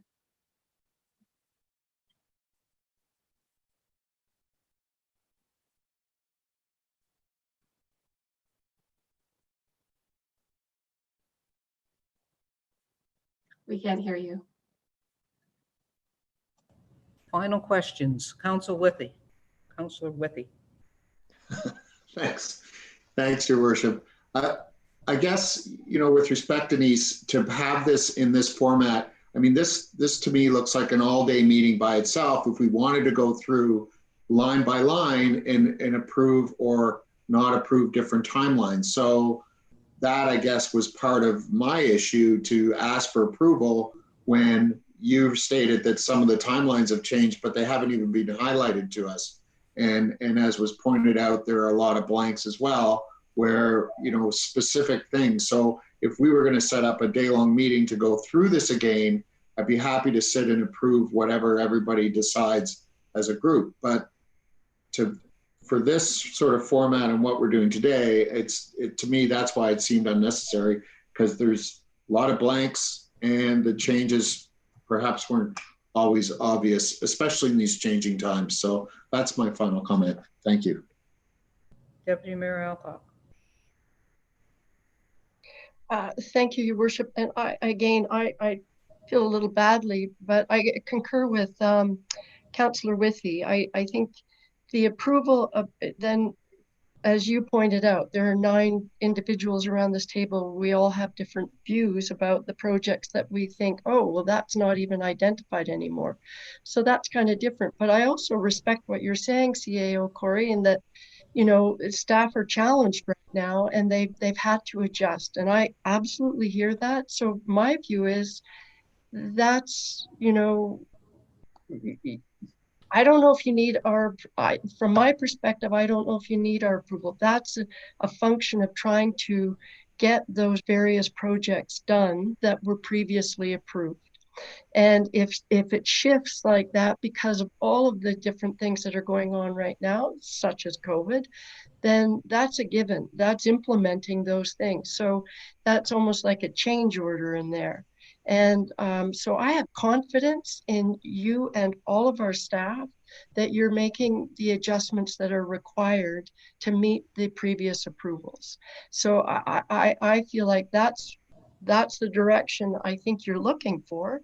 And I don't know how we give it other than saying something like that. But I'm confident with your changes because I understand where you're coming from. Okay, we're going to move on. Councillor Thompson, last word. One last comment, and I think on a macro level, we seem to be missing the picture here. I think we're looking at maybe approving this process at this point rather than drilling down on individual issues. So that's why I'm in favor of approving this process. Okay, we're moving on. We're in general information. We've been at this for a long time. I'm going to be really brief. There's on your agenda says Standing Together Against Racism. That's a group that the Deputy Mayor of the CAO and I have met with a couple of times now. And they have presented to us a list of things they would like to see us tackle as a municipality. We've been going through that list with them, and we will have a full report at the next general council meeting to bring council up to speed on what all of them are and to get council's buy into to what we're doing and if we want to do anything different. The other update is on Safer Highway 11, and I know that's been on our agenda or tried to get on our agenda a number of times. Council will recall that Kevin Powers contacted us a while ago, and we did pass a resolution to support Safer Highway 11. The ministry closed the South Mary Lake crossover there, and since that time we've had more requests from Kevin to keep the pressure on the ministry to address other locations. We've also had concerns expressed to us that the closure is causing emergency delays. So back in August, we had a meeting with all of our emergency services, our Public Works Department, the District Public Works Department, and representatives from the MTO. We were trying to get a clear indication of what the MTO's plan was. Because both the district and the town are doing some work, or at least the town is down on Greer Road, and we've got the entrances into the grocery store, the entrance into the gas, where the 3 roads meet. So the MTO has told us that in 2021, they will be doing work at that interchange, which will include acceleration lanes. It does not have anything about a cloverleaf or passover, and that's the work that they have in their plans at this time. We are doing some work on Greer Road, and so collaborating with the ministry and the district on that area. And I'll ask Steve if there's something I missed from that meeting or something that he thinks council might want to be aware of on that. No, Mayor Terziano, that captures it well. And I know from emails I've seen there is some collaboration going on with the drainage issues down there between MTO district and the town. So hopefully we'll continue working away at that. Great. Is there any other new business? Councillor Fitzgerald. Thank you, Your Worship. Just back to the Safer Highway 11. I think there's a lot of concern now as a result of the cross lane closure about heavy truck and increased truck traffic on Muskoka Road 10 and South Mary Lake Road. And I've been contacted by associations and individuals, and I think everyone is getting ready to voice their opinions to our MP, MPP, and anyone who will listen. So hopefully we can come to a solution and make the whole plan come together with the MTO. That's all. Yeah, I've got some emails too, and that is a district road, and we believe they're in the process of some response to that. So, Councillor Thompson? Yes, thank you, Your Worship. Just wanted to let committee be aware that there probably will be some lobbying going on from some members of in the real estate industry with regards to our short-term rental bylaw. And it has to do specifically with those areas in NR zoning that have been excluded. Some of the pushback that's coming from that. They do have, I think there is a solution to this, and so expect to be lobbied somewhat. I think the people that are involved with the short-term rentals in those particular zonings are okay with an exclusion for the months of March, April, or whatever the flooding period would be. I guess the irony of that is they would be allowed for a year-round rental where they would be subjected to the flooding in the springtime, but in the terms of the short-term rental program, they're excluded. So there'll be some pushback on that, or some lobbying going on, and probably something in the future coming down the pipe. Thanks. Thank you. Okay, I have a resolution moved by Councillor Stone, seconded by Councillor Schumacher. It is recommended that we do now adjourn at 12:35 p.m. All in favor? That's carried. Thanks, Council. That was a long